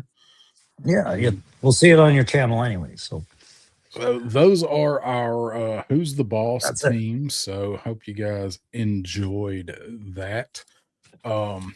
We're actually almost on time tonight for once. So wow. I know. Wow. Well, all those pictures we showed of Dire Night Creeper, and we're still almost on time. That's time. Every time I see a picture of that one, I just don't get it back, and I notice. I'm like, God damn it, that was 2 more minutes. Well, we might miss something in one of the pictures, so we got to look at the other ones to make sure. So, yeah. Thank you, Stu. Fun stuff, good times. Per usual, thank you, Stu. So Hinder says I got Outback Hit and Run, Saw Viper, and Retro Flint. Some Outback's a lot of fun. I like Outback. I still to this day hold him in high regard. If you can find that Tiger Force one, good on you. But the regular one was just as good.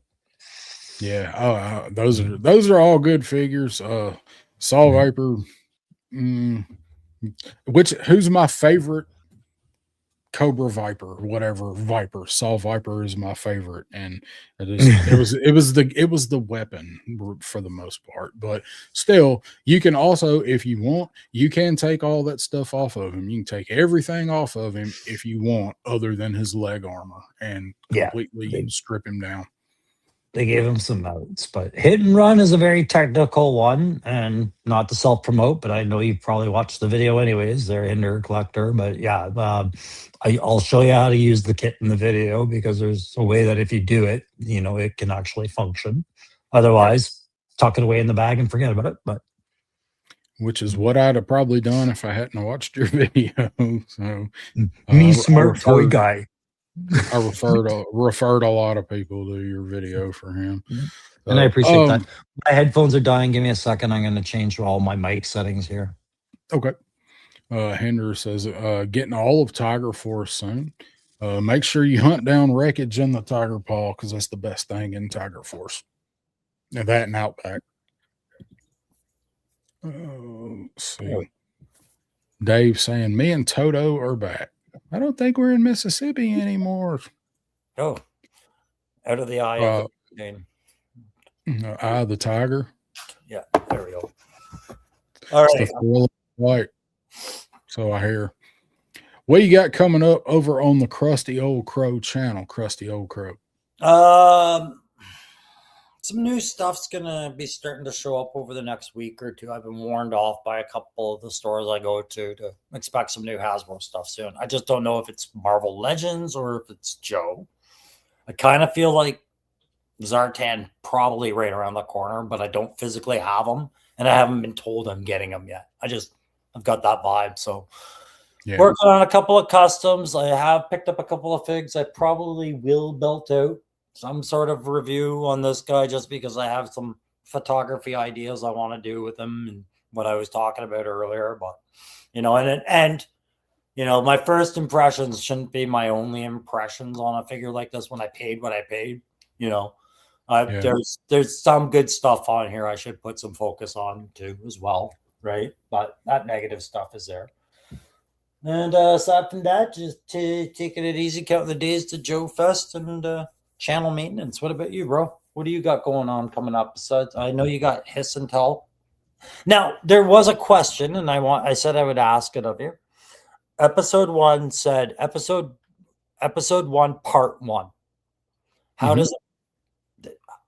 There's a part 2 coming. Does that count as episode 1 part 2, or will that be episode 2 part 2, or just understanding? That will be episode 1 part 2. There we go. Right. So there will be, and it is this episode will have 2 parts. So the rest of this episode will be in part 2.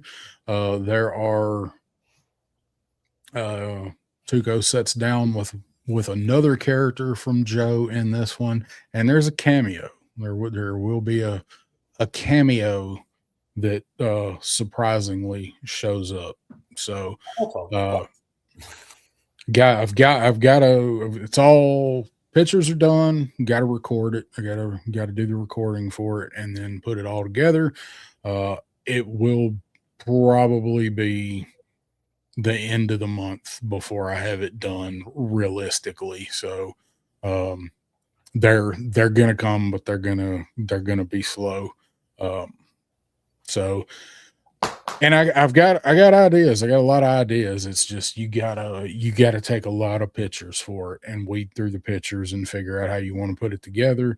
And it's just it's fun, but it's very time consuming. So and you have a day job on top of that too, right? So it's hard doing stuff like this. Normally I'll stay up all night on Friday and do it. So the Ghost of Paul Lynn. No. So I will be working on that. Obviously I'll be sometime soon getting a review out on the Black. I do have Royal Guard finally showing up. I say finally, like it's been out for a year. I do have Royal Guard showing up Friday or Saturday, so probably be trying to get a review on that guy done this weekend too. I'll be back, of course, next Wednesday for Sevens Wild with Pop Blender, and I've got something that's coming that's like I don't know when it's showing up, but looking forward to it. Gonna take some time whenever, so don't say too much about it because I don't know when the hell it's gonna get here. Other than that, that's what I got going on. So I don't know why. Yeah, I should mention I am getting the acid rain locust, the red locust, the Novark red locust there. Not an awe striker, rusted out red.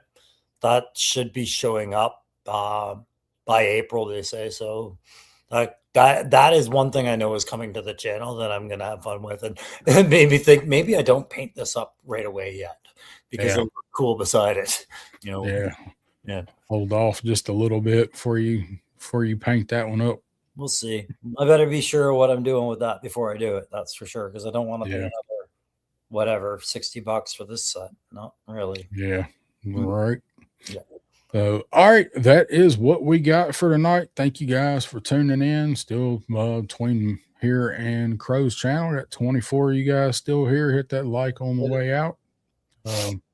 As always, thanks for tuning in and listening to us ramble for a while. And we'll see you in a couple weeks. Thanks, guys. Take care.